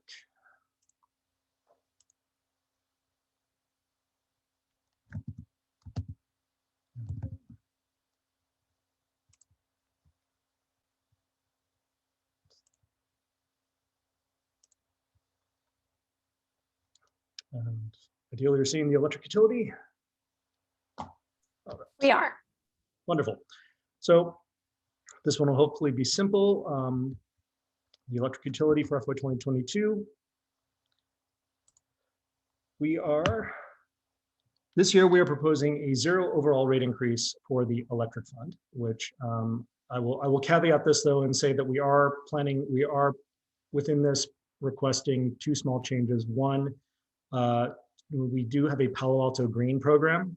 The rates on those, however, we need to bring those up to market base. So the adder, we're doing a increase to bring the Palo Alto Green charge up to its relative cost.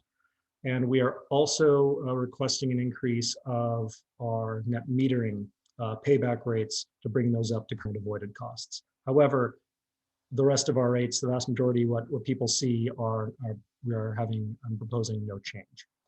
For future years, we're proposing 5% rate increases in 23 and 24.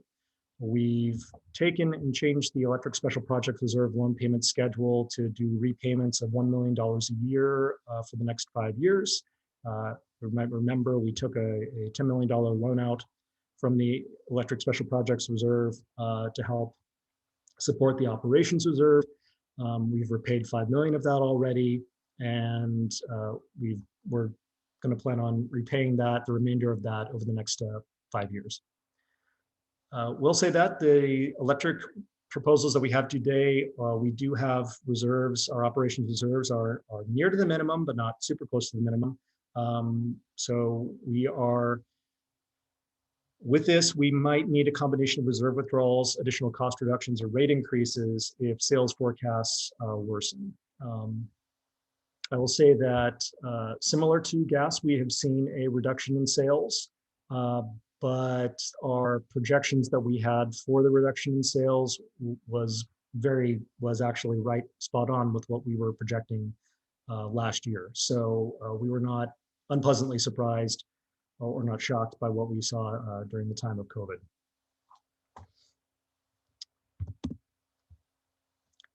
Don't have much to share in the way of other costs, but I will show you bill comparisons between two our nearest competitors, PG&E and Santa Clara. In all cases, our comparison against PG&E, as mentioned earlier, we are lower across the. I have yet to find a rate schedule where we are higher than PG&E. We are not as favorable when it comes to Santa Clara, but in Santa Clara's case, they have a different generation mix than we do, different supply portfolio. But in addition, they also have a much larger commercial customer base. And so it skews how much, where their costs can be distributed to.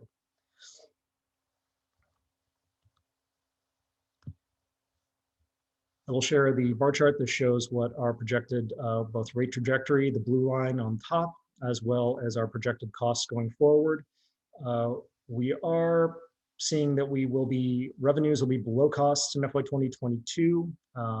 We're expecting that a little bit just because of what we've seen as higher supply costs this year.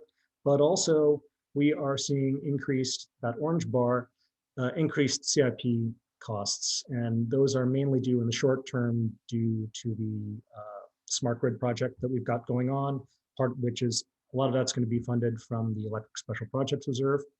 But we also have a 115 kV intertie project that we are planning on working on. So in the short term, that's increasing CIP costs in the prompt 2 years, but then we have that lessening over time. We do have wildfire mitigation costs, which are also built into this proposal as well. So that explains some of the short-term variation in cost. With that, I could show you where, if you wish, I could go back and show you all where we are in the way of reserves, or I can skip directly to the recommendation. I will leave it up to you as to what you want to say, but that really caps off with a 0 rate increase. I don't have much more to present to you tonight, and look forward to any questions you may have. I'll just ask on this, Mr. Caniston, am I right? Electric is where we have like 5 or 6 reserves, a whole bunch of different reserves. Is that right? We have several reserves, so I can go on that. We have operations reserves, which are similar to all the other utilities. We also have a hydroelectric reserve. Let me actually go back and show that to you. We have a hydroelectric reserve, which helps us in the terms of being able to survive dry hydro years, which looks like we might possibly have in the upcoming fiscal year. We might have a dry year this year, but we have about $21 million in there about 17. Blanking on the exact number, but you can see the relative ratio. That's $17 million right now that we have set aside to help us in case we have a dry hydro condition. If we ended up needing to tap into that reserve, we also have the option of coming to you and requesting the activation of a hydro rate adjuster mechanism. That was approved several years ago. We have yet to actually ever need to implement it, but that is something we have in our back pocket should we ever need to do that. That said, the combination of our operations and hydro reserve are keeping us above our risk assessment guidelines that we have for the supply side. But we have even more reserves than this. We have the, as I said, the electric special projects reserve. I'm going to quickly just try to remember if I have a backup slide that shows you all of the, my apologies, apparently I do not. I'm sorry for that.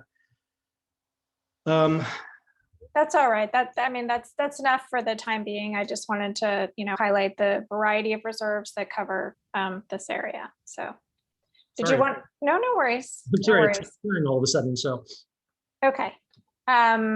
And that concludes your report? That concludes the report, yes. All right, so now we will go to members of the public who wish to make comments on the FY 2022 electric financial plan and rates. If there are any members of the public that would wish to speak on agenda item number 5, please raise your hand in the Zoom application.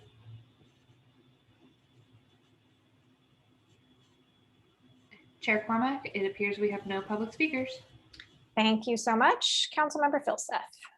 Yeah, just quickly, you explained the bump in capital spending in the next couple of years, and it drops off. But then in 2025, it goes back up again.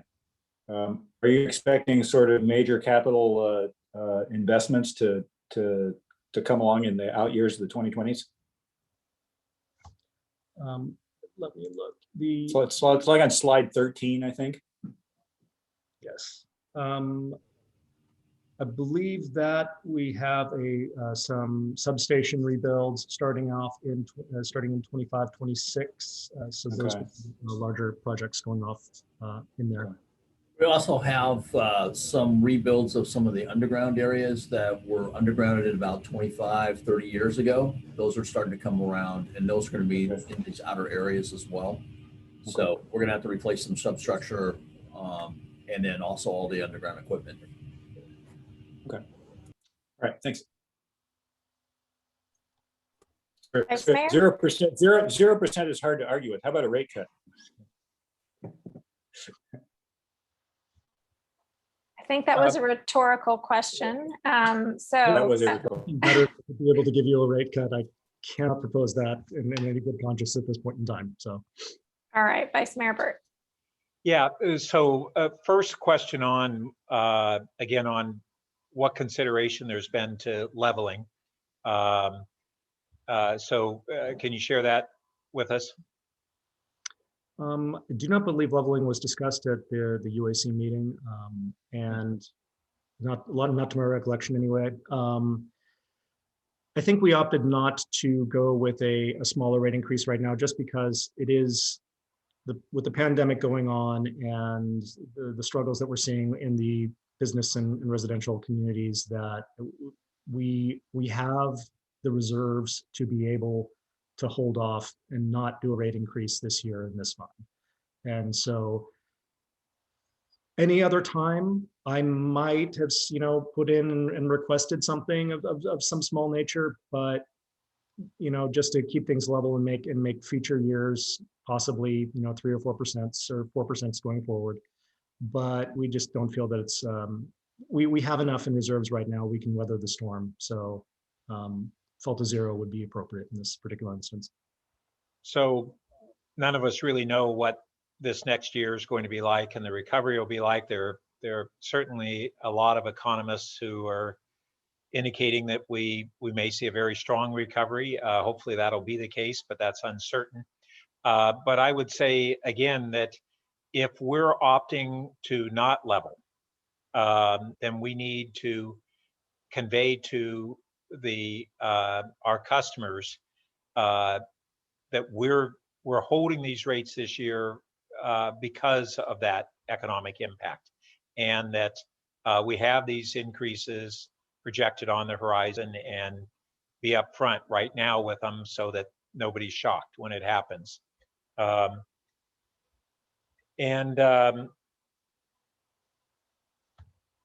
Also, just some of the questions last time on what's the annual efficiency increases and reduction in consumption, and are we beginning to see a countervailing trend from electrification of vehicles, probably more so than of buildings so far?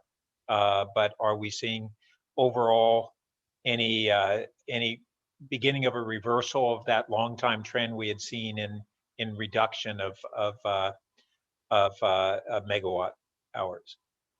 I'd say we haven't quite seen a reversal or a flattening yet, or an increased trend. Of course, given the last year, it's really shot things downward.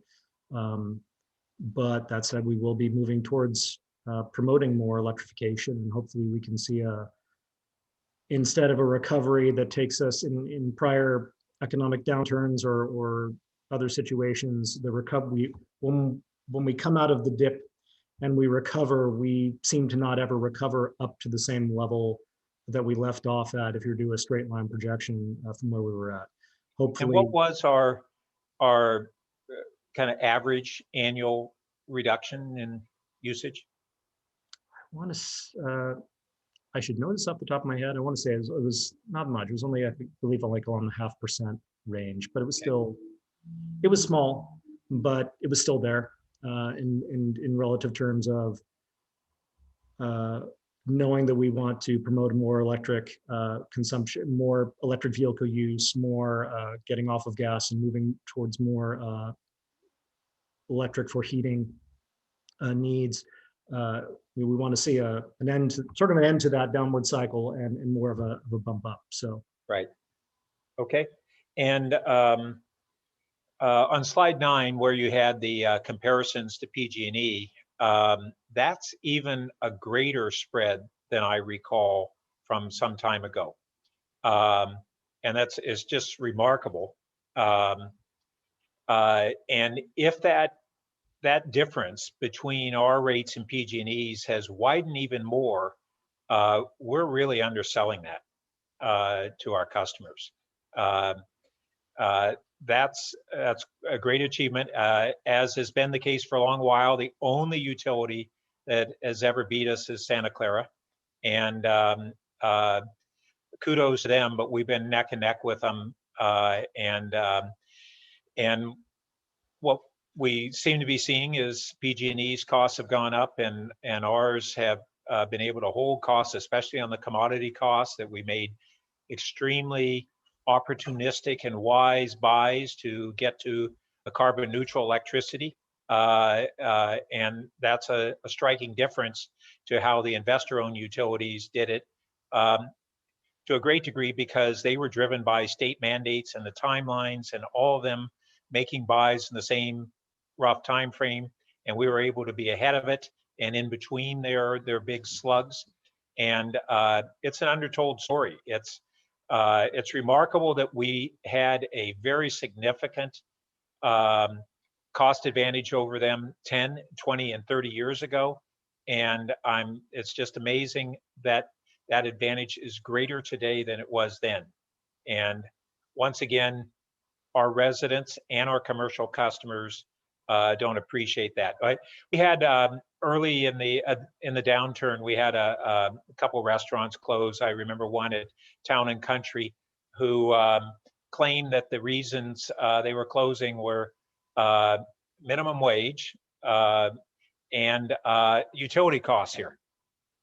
And they had another restaurant, I don't know if it was Woodside or something. And just the misconceptions and false claims that are out there are ones that we're not refuting. We basically sit there and have a customer base who doesn't understand how much lower our electricity rates are than surrounding areas. Now, the CCAs are actually doing a great job, and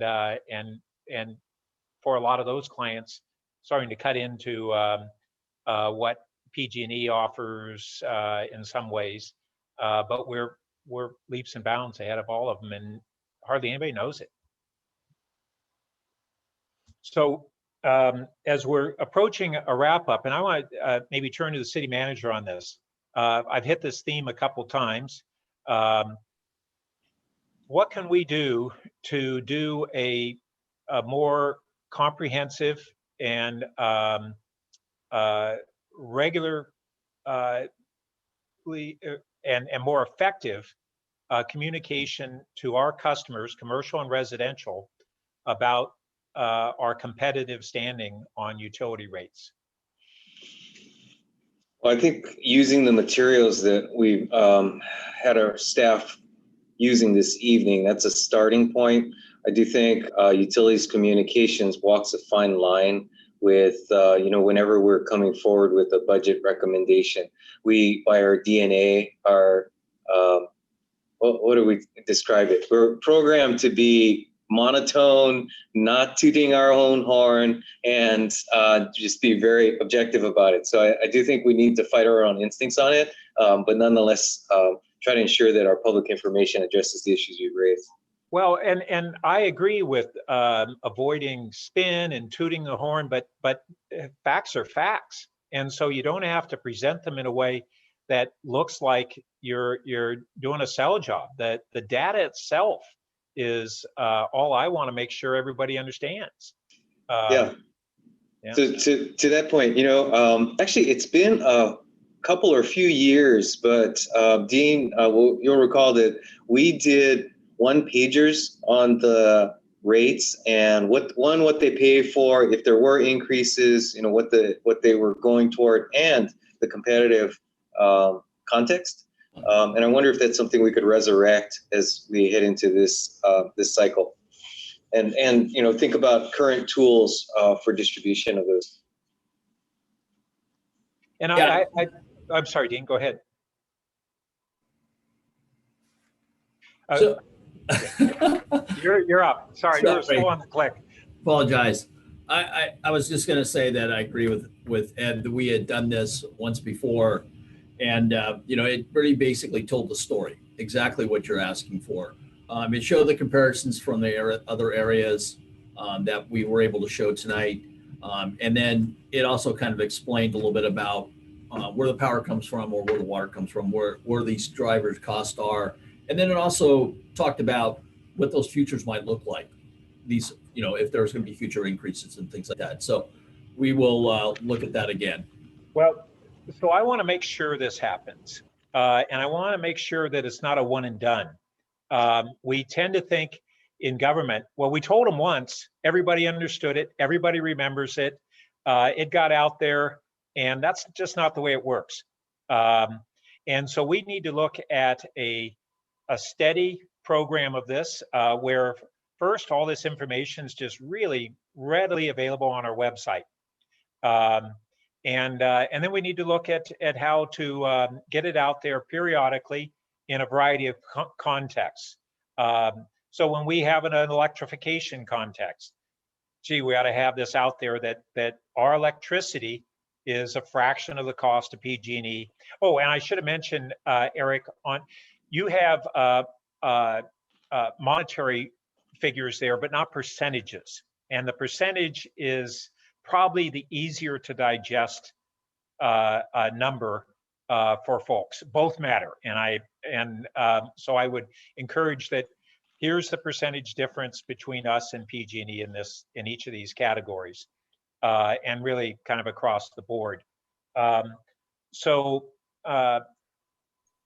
guess when it comes to the motion, I want to add this as a direction, because I worry that otherwise we'll do one shot at it, and 1 year, one shot, and oh yeah, we did that a few years ago. We told them. Why doesn't anybody remember?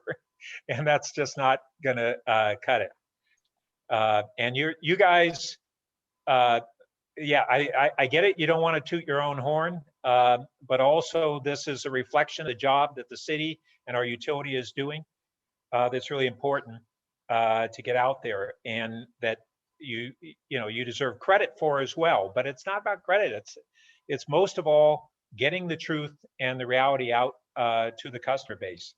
Last thing though is that I want to touch on whether we are budgeting enough in electric to have the reliability that we expect and need. We've had these 2 incidents in the last week. Those may be somewhat anomalous, but I really want to see what's our trend on outage and how we compare to our historic trend and how we compare to other jurisdictions. And I think that that's a performance metric that ties in with our whole budget and something that we need to look hard at. We've historically had good records on that, and we were fortunate we escaped a lot of the state blackouts, but there's a whole myriad of factors there. This is a broader discussion than tonight's rates, but it also goes into energy storage and backup and all of that, and how that should be tied in to what we charge. So are we going to have a happy customer base if they're paying 40% below PG&E, but the lights aren't on? And the answer, I think, is no. And we've got to make sure that that very fundamental thing that we excel at, and we ought to be better at anybody else, because we've got a lot of margin in there to be able to invest in reliability and still have very low rates. And so that rate structure enables us over the long haul to do both things, have best reliability and lowest rates. So I just want to say that those are 2 themes that I think are very important that we're going to want to tackle. If I might just comment on that, I'll acknowledge that first off, that Director Batchelor and I were talking about same issue, and with a hat tip to Palo Alto Online and Sherry Listgarten for her recent column that I actually hadn't heard about until a council member brought it to my attention.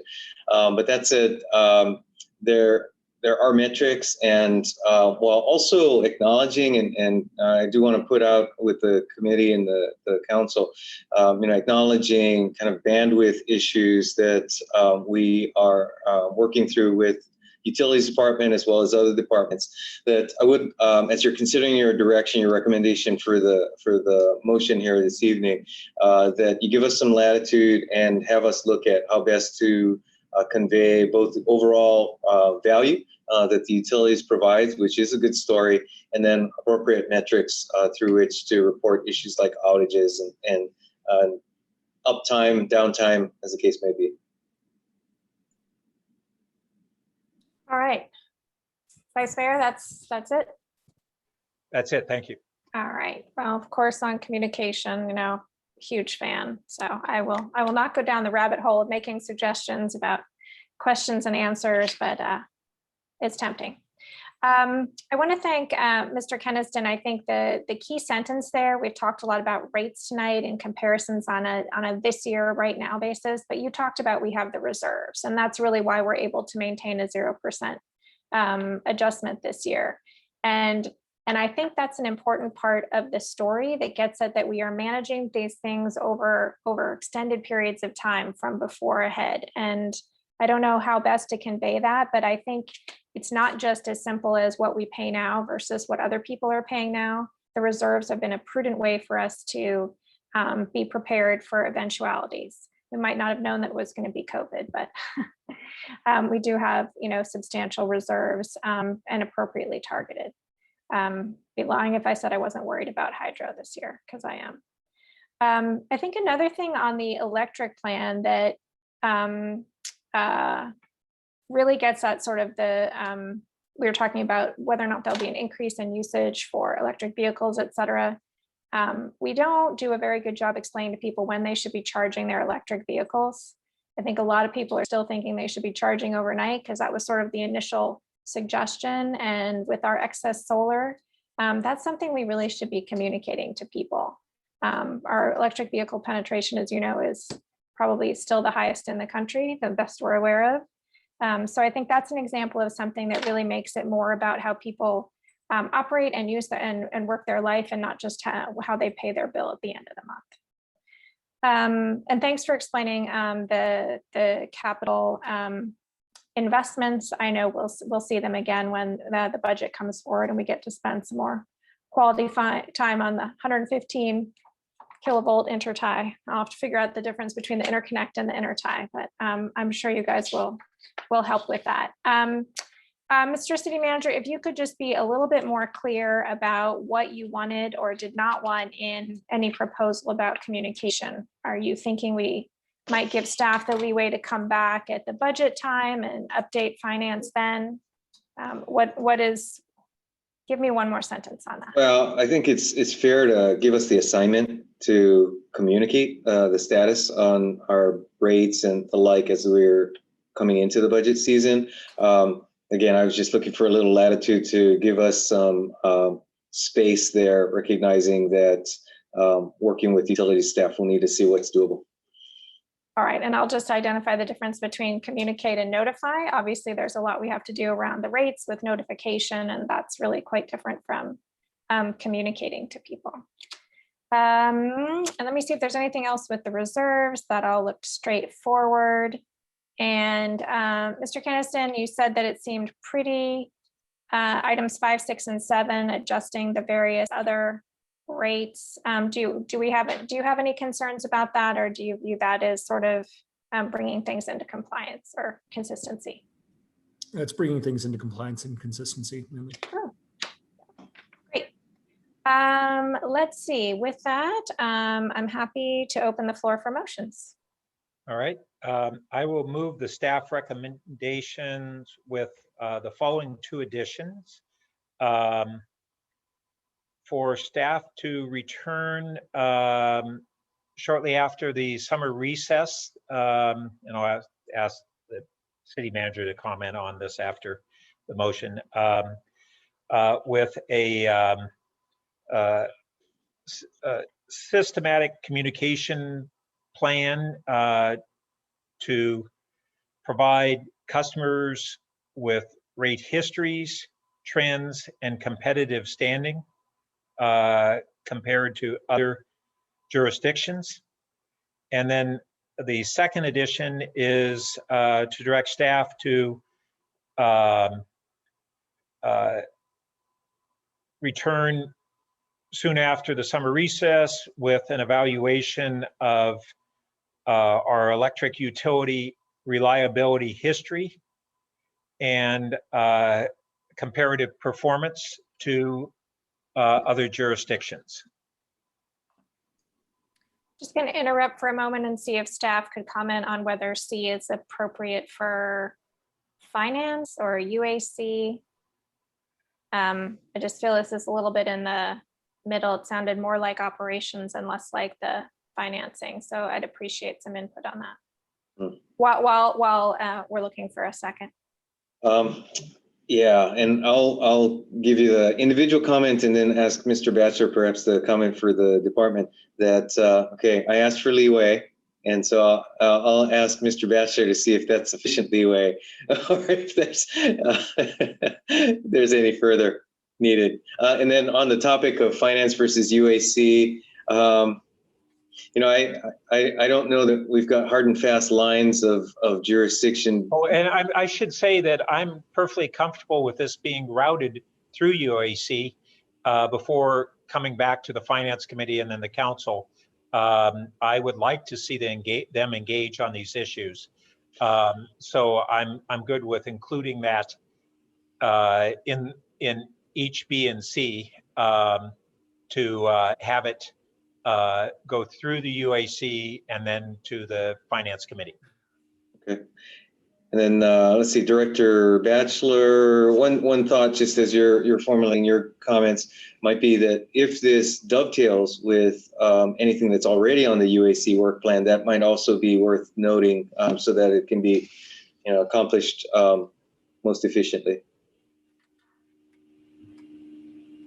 Yes, so Vice Mayor Byrd, so I think the more difficult portion of it is item number C. It is not so much a problem of looking at our internal reliability for the last 10, 12, whatever number that is. But as I was talking to our city manager, we were just talking about this. And what the problem is that other utilities do not report these numbers out on their websites. So I can't go to Santa Clara and tell you what their comparisons are because there's typically usually 4 different metrics that are being used. And so some areas will use 1 number, some will use 2 numbers. I was just mentioning to Ed that PG&E uses an entire system for their numbers, and they only report 2 to the CPUC, but there's actually 4 true numbers that you should be looking at. So I've asked other jurisdictions for through the NCPA about their reliability numbers, but nobody puts them out there. So I think it's going to be a little difficult to try to find the true numbers that we can actually compare to. So look I'm at perfectly comparison. fine with qualifiers in this that would initially be kind of to the extent that information is obtainable. So I don't want to ask for something that's not available or possible. But does occur to me that we could, it's a good step in transparency in this regard, and we could help others by leading the way there, just like we did on renewable energy. All right, let's see if there is a second for this. Sure. All righty. Vice Mayor Byrd, did you wish to speak to this any further? No, I just, other than to ask staff whether they want any of that qualifier language in this direction, just to make sure that it's, you aren't, I've just said what I'm comfortable with in the motion, and I don't want it to say something that goes beyond what we're agreeing to. Vice Mayor Byrd, as I mentioned, we will do our best to try to find some comparison numbers as we look at our own reliability. Why don't I add after to other jurisdictions to the extent data is available? Does that seem like a reasonable way? Yes, thank you. Okay.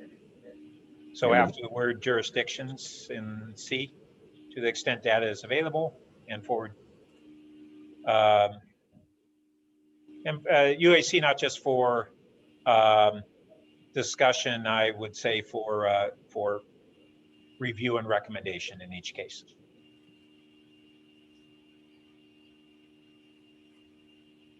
Any other, is B okay?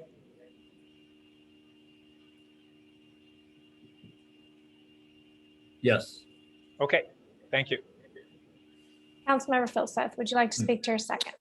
Yeah, as long as staff's okay with it, then I'm comfortable with it too. I think we gotta be careful to take the right role on finance committee when it turns to, at what point do we verge into helping CPAU do PR, right? But so I think we gotta be cognizant of where those lines are. But if staff comfortable with it, then it's good. Thanks. All right. Certainly fine with A, and with respect to B, I always think more communication is better. I'm fine with that. I just encourage staff when they're working on this to provide, some concept of features and benefits as well. So while I appreciate the Vice Mayor's interest in data, and everyone always says they want data, sometimes everyone absorbs information differently. So sometimes other methods with describing the benefits would be helpful. And then with C, I heard the Vice Mayor speak really about going forward as opposed to what has happened in the past. So I actually wonder if what we want in C is a little bit related to the SCAP, and it's broader, I think, than what we have in C. So Vice Mayor, are you viewing this as a building block, or I'm wondering if this should No, I think if we're going to look, we need to look at history, at least within a reasonable time period. I'm not talking about going back to the 1920s. But if we are seeing that reliability is deteriorating, we should know that. We should all know that. Okay, so you're viewing this as a first step to increasing usage of electricity going forward. When you were speaking, No, reliability is C is not about that at all. C is about power outages of reliability.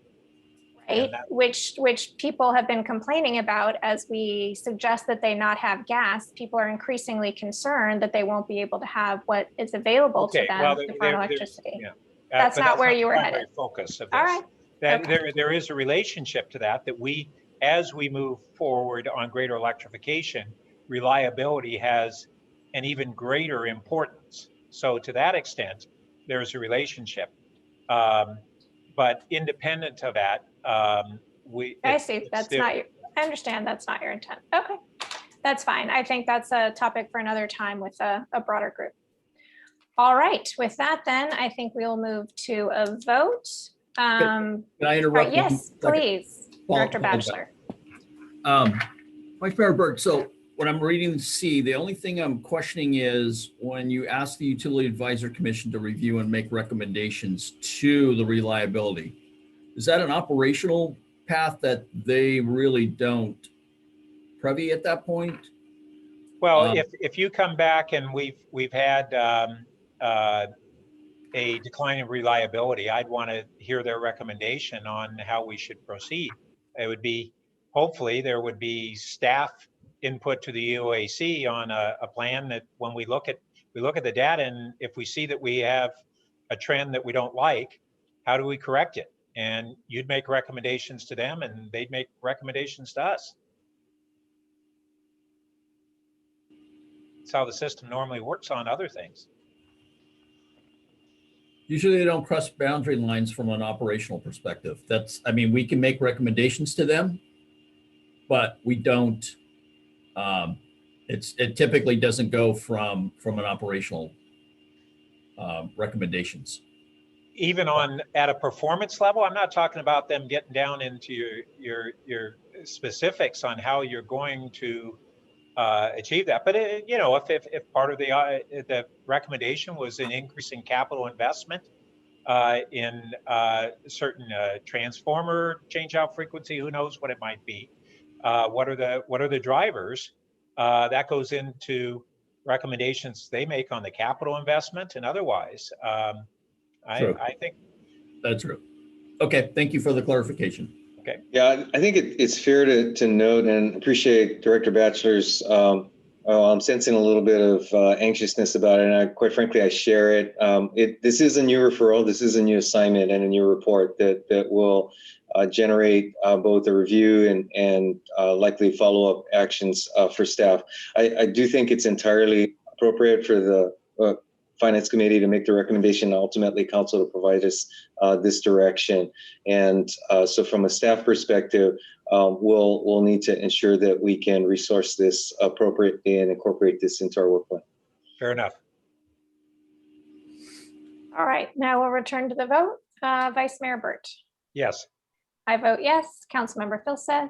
Yes. And that concludes our review of item 5 with the electric financial plan and rates. Thank you, Mr. Keniston. Thank you, Director Batchelor, and everyone who was waiting in the wings. I think it's a record that Mr. Abendschein didn't have to join us. So obviously we all, staff wrote great reports and was able to answer all the questions. With two of Mr. Abendschein's here. I know, I wonder about that. So just in case we had double the number of questions. I just want to take a moment before we move on to future meetings and agendas to say, if you think about where we were last year, when we went through these rates and how many things had changed, I think it's really impressive how the Utilities Department managed through this difficult year and has thoughtfully brought forward plans and rates that work for each of the utilities and for our customers. So I want to thank you for that. I know this was not easy work. All right, and with that, Ms. Nozay, would you like to chat with us about future meetings and agendas? I would call it coming attractions, but I guess they're opening movie theaters now, aren't they?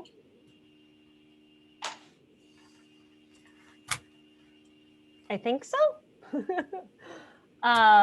Especially with the governor's news today. Okay, with that, I hope everyone can see my screen. I can. Perfect. And it's one whole slide. Tried to fit all the information on one slide so we didn't need to kind of move back and forth. This is just our usual looking at the tentative agenda moving forward. And so ultimately, pretty much there's a strong schedule between now and the council break, which starts in June. So coming up on the April 20th agenda will be kind of the public works side of what we did tonight, looking at the stormwater management fee, the water quality control plant CIP review, and then utilities will be back to look at the energy storage system targets. Then May 4th, we are going to move into more budget focused activities. I should say more general budget focused activities, not enterprise. Looking at JMZ, SUMC, and then by May 4th, the city manager's proposed operating and capital budgets should be released. And therefore we'll do a verbal discussion on that one. And then you kind of jump over to the gray, which is basically our May together. And we called it out since it is the Finance Committee's review of the 2022 proposed budgets. So you can see that there are 3 public meetings with the Finance Committee, May 11th, 12th, and 26th, as a reminder to everybody. Those are daytime meetings, with ultimately the City Council scheduled to adopt the budget on June 21st. And then jumping back, while that's happening, staff will also be preparing for the final Finance Committee meeting right now, which is scheduled for June 15th. And so you'll note 2 cancellations on here, May 18th, because we will be in the budget, proposed budget meetings, and then June 1st right now due to a scheduled City Council meeting potentially. Well, I'm not sure which is the chicken and which is the egg on that, but yes, I was just going to suggest don't book any alternative appointments for those dates because we may be having special council meetings. Exactly. Can I ask 2 things real quick? On May 4th, I have on my schedule, and I need to confirm it, a VTA board meeting in the evening, starting at 5:30. And so what I want to ask, if that is correct, would it be possible to have that meeting in the afternoon, perhaps?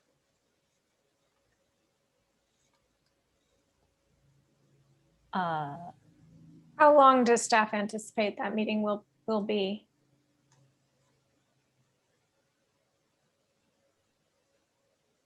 Maybe 3 hours. I mean, Vice Mayor Burt, how long do you anticipate that meeting? Could we just start at 7 as we used to? This one time? I doubt no, they run more than that. I can check tomorrow on the agenda that's anticipated and how long they think they take, but they've kind of been running 3 hours or so. I didn't hear staff saying that they would be able to do it in the afternoon. So I guess the other option, go ahead. The other option would be that the mayor could step in, yeah. I'm sorry, I was just going to do a confirmation on what Kylie was saying and perhaps for the vice mayor's schedule. If it took 3 hours and if we tried to end by 5, that would mean starting at 2 or so. And I think unless there are some conflicts I'm unaware of, I didn't see anything major on that calendar. But again, not to presume that would work for the committee members as well. From staff perspective, we could probably make that work. In fact, staff loves day meetings in comparison to evening meetings. Okay. Let's just state the obvious. What just for me to pencil it in on on the daytime meetings, what hours do you roughly expect? Sure. 9 to 12 and 2 to 5. Isn't that what we had? Yeah. Oh, it's up Yes. there. It's up there on the gray part. That's what we had talked about last time, is Got it. having Okay. having a chunk and then a decent break for people to get other work done and make, that sort of thing. Okay. All right. So staff thinks they could do, sorry, what time did we say? 3 p.m.? No, 2:30? 2 p.m. 2 p.m. on May 4th. I've checked my calendar. Councilmember Filseth, is that something you could make work? Yep. Fine. Okay. Anything else, Vice Mayor? No, thank you. Okay, great. And Councilmember Filseth, do you have any questions or comments on our upcoming months of work? Go Stanford women. Okay, thank you for that. I'll just say that, some of us and a lot of members of the community are anxiously awaiting the June 15th meeting. Do you want to just talk a little bit about how that might be? Do you envision action items, more an overview to give staff some things to think about and work on during the summer break? Just so we get our expectations straight. Sure. I can honestly say I'm not sure we fully thought through what the actions will be, but definitely on the business tax, potential local ballot measure, and specifically a business tax or others, as well as affordable housing funding. Definitely, we will be doing a lot of education as we scene set where we were and where we're going, or where we potentially could go. As the council heard a lot last night in terms of additional funding options from a housing perspective and addressing some of the unhoused programming needs. So as for specific direction, obviously that's something that the council would need to confirm, but ultimately I think we can revisit that as we figure out more concretely what the specific action might be. So if I might also kind of set expectations, and Ms. Nozay, correct me if I'm not ambitious enough on this, but I think this is really a kickoff. In June would be a kickoff of the substantive work, rather than, I wouldn't expect anything, any products to come at that point. That would be correct. Great, that's very helpful. I just want to get our expectations and that of the public set. All right, Ms. Nozay, Mr. Shikata, anything else for us this evening? We've had enough fun. All right. We've had enough, yes. Thank you so much. We are you. adjourned, and good evening. Thanks. Thank you, good night. Bye.